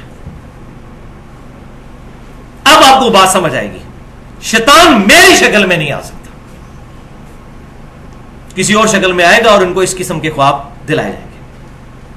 اور اگر کوئی کہتا ہے جی نہیں نہیں یہ رحمانی خواب ہیں اور نبی صلی اللہ علیہ وسلم تو خواب میں آتے ہی آتے ہیں، تو پھر میں وہی علمی جواب اور پھکی والا جواب دوں گا جو میں پہلے دے چکا، کہ پھر سنن دارقطنی میں انٹرنیشنل نمبر کے مطابق 1135 نمبر حدیث ہے. امام دارقطنی نے اپنے استاد ابو جعفر احمد بن اسحاق سے نقل کیا کہ وہ کہتے ہیں کہ میں بھی پہلے خود کوفیوں کے مذہب پہ تھا اور رفع الیدین کا قائل نہیں تھا. پھر میں نے نبی صلی اللہ علیہ وسلم کو خواب میں دیکھا کہ آپ صلی اللہ علیہ وسلم نے نماز شروع کرتے وقت رفع الیدین کیا، رکوع میں جاتے وقت کیا اور رکوع سے اٹھتے وقت. تو میرے موقف جو ہے اس معاملے میں پھر چینج ہو گیا، اس میں امپلائڈ ہے یہ بات. تو یہ پھر کہیں کہ یہ خواب ہے تو آپ بھی سب کے سب رفع الیدین شروع کر دیں. اتنے بڑے بزرگ کا خواب ہے، اور یہ بزرگ کوئی آج کے نہیں ہے، 900-1000 سال پرانے بزرگ ہیں، یہ 1000 سال پرانے بزرگ. تو خواب مانے پھر کہیں گے نہیں ہم اپنے بزرگوں کا ہی خواب مانتے ہیں. تو یہ اپنے بزرگوں کے خواب کیا بیداری میں ان کے معاملات مانتے ہیں. اور اس حد تک یہ آخر کے لیے میں نے واقعہ رکھا تھا جو مشہور ہے، ہمارا جو ریسرچ پیپر ہے رسول اللہ کی آخری وصیتیں صلی اللہ علیہ وسلم، ریسرچ پیپر نمبر 1، اس پہ بھی میں نے یہ واقعہ ڈالا ہے. یہ میں اینڈ پہ بیان کر دیتا ہوں. فضائل اعمال کے اندر جو چیپٹر الگ سے فضائل درود اور فضائل حج چھپا ہوا ہے. فضائل حج جو رائے ونڈ سے کتب خانہ فیضی سے شائع ہوتی ہے لاہور سے، واقعہ نمبر 12 صفحہ 166. اور الیاس قادری صاحب جو دعوت اسلامی کو لے کے چل رہے ہیں، ان کی فضائل سنت کا چیپٹر ہے مصافہ اور معانقہ کی سنتیں اور آداب، اور اس کا صفحہ ہے 654. یہ پرانی فضائل سنت، نئی والے کا مجھے صفحہ نہیں پتا، یہ پرانی جو میرے پاس پڑی ہے جس سے میں بھی 10 سال تک درس دیتا رہا. اس میں واقعہ نقل کرتے ہیں فضائل اعمال میں بھی فضائل سنت میں بھی کہ 555 ہجری میں نبی صلی اللہ علیہ وسلم کی وفات کے 550 سال کے بعد شیخ احمد رفائی قبر رسول پر حاضر ہوئے اور عربی کے اشعار پڑھے جن کا ترجمہ کچھ یوں تھا کہ اے اللہ کے رسول، جب تک میں مصر میں تھا صلی اللہ علیہ وسلم تو میری روح آ کر آستانہ اقدس پہ حاضری دیتی تھی. اب یہ پتہ نہیں کون سی روح ہے جو جسم سے نکل کے وہاں پہنچتی پھر واپس چلی جاتی ہے. اب میں خود آیا ہوں، آپ صلی اللہ علیہ وسلم اپنا ہاتھ مبارک قبر سے باہر نکالیے، میں اس کو بوسہ دینا چاہتا ہوں. تو شیخ زکریا صاحب لکھتے ہیں 90,000 لوگوں کی موجودگی میں، یعنی بیداری میں. ہمارا تو خواب نہیں رفع الیدین والا ماننے کے لیے تیار، اپنا بیداری میں اپنے بزرگ کا 90,000 لوگوں کی موجودگی میں 555 ہجری میں شیخ احمد رفائی کے لیے معاذ اللہ استغفر اللہ، وہ کہتے ہیں نبی صلی اللہ علیہ وسلم نے اپنا ہاتھ مبارک قبر سے باہر نکالا، انہوں نے اس کو بوسہ دیا. اور اس منظر کو دیکھنے والوں میں شیخ عبد القادر جیلانی کا نام بھی ذکر کیا جاتا ہے تاکہ سارے سہم جائیں کہ اتنے بڑے بزرگ نے یہ دیکھا ہے تو پھر کوئی صحیح ہوگا. ان کا نام ویسے ہی ٹھوپ دیا کہ سارے سہم جائیں کہ شیخ عبد القادر جیلانی وہ 11ویں سرکار، تاکہ وہ انکار کر ہی نہ سکے. اور بھائی کس نے دیکھا اور کہاں ہوا؟ یہ 555 ہجری، آج 1434 ہجری ہے، یہ 900 سال پہلے کا واقعہ ہے. آج سے 90 سال پہلے بھی، 900 سال تو بڑی دور کی بات ہے، آج سے 90 سال پہلے بھی مسجد نبی میں 90,000 کا مجمع نہیں آتا تھا. یہ تو شافعات کی توسیع کے بعد اب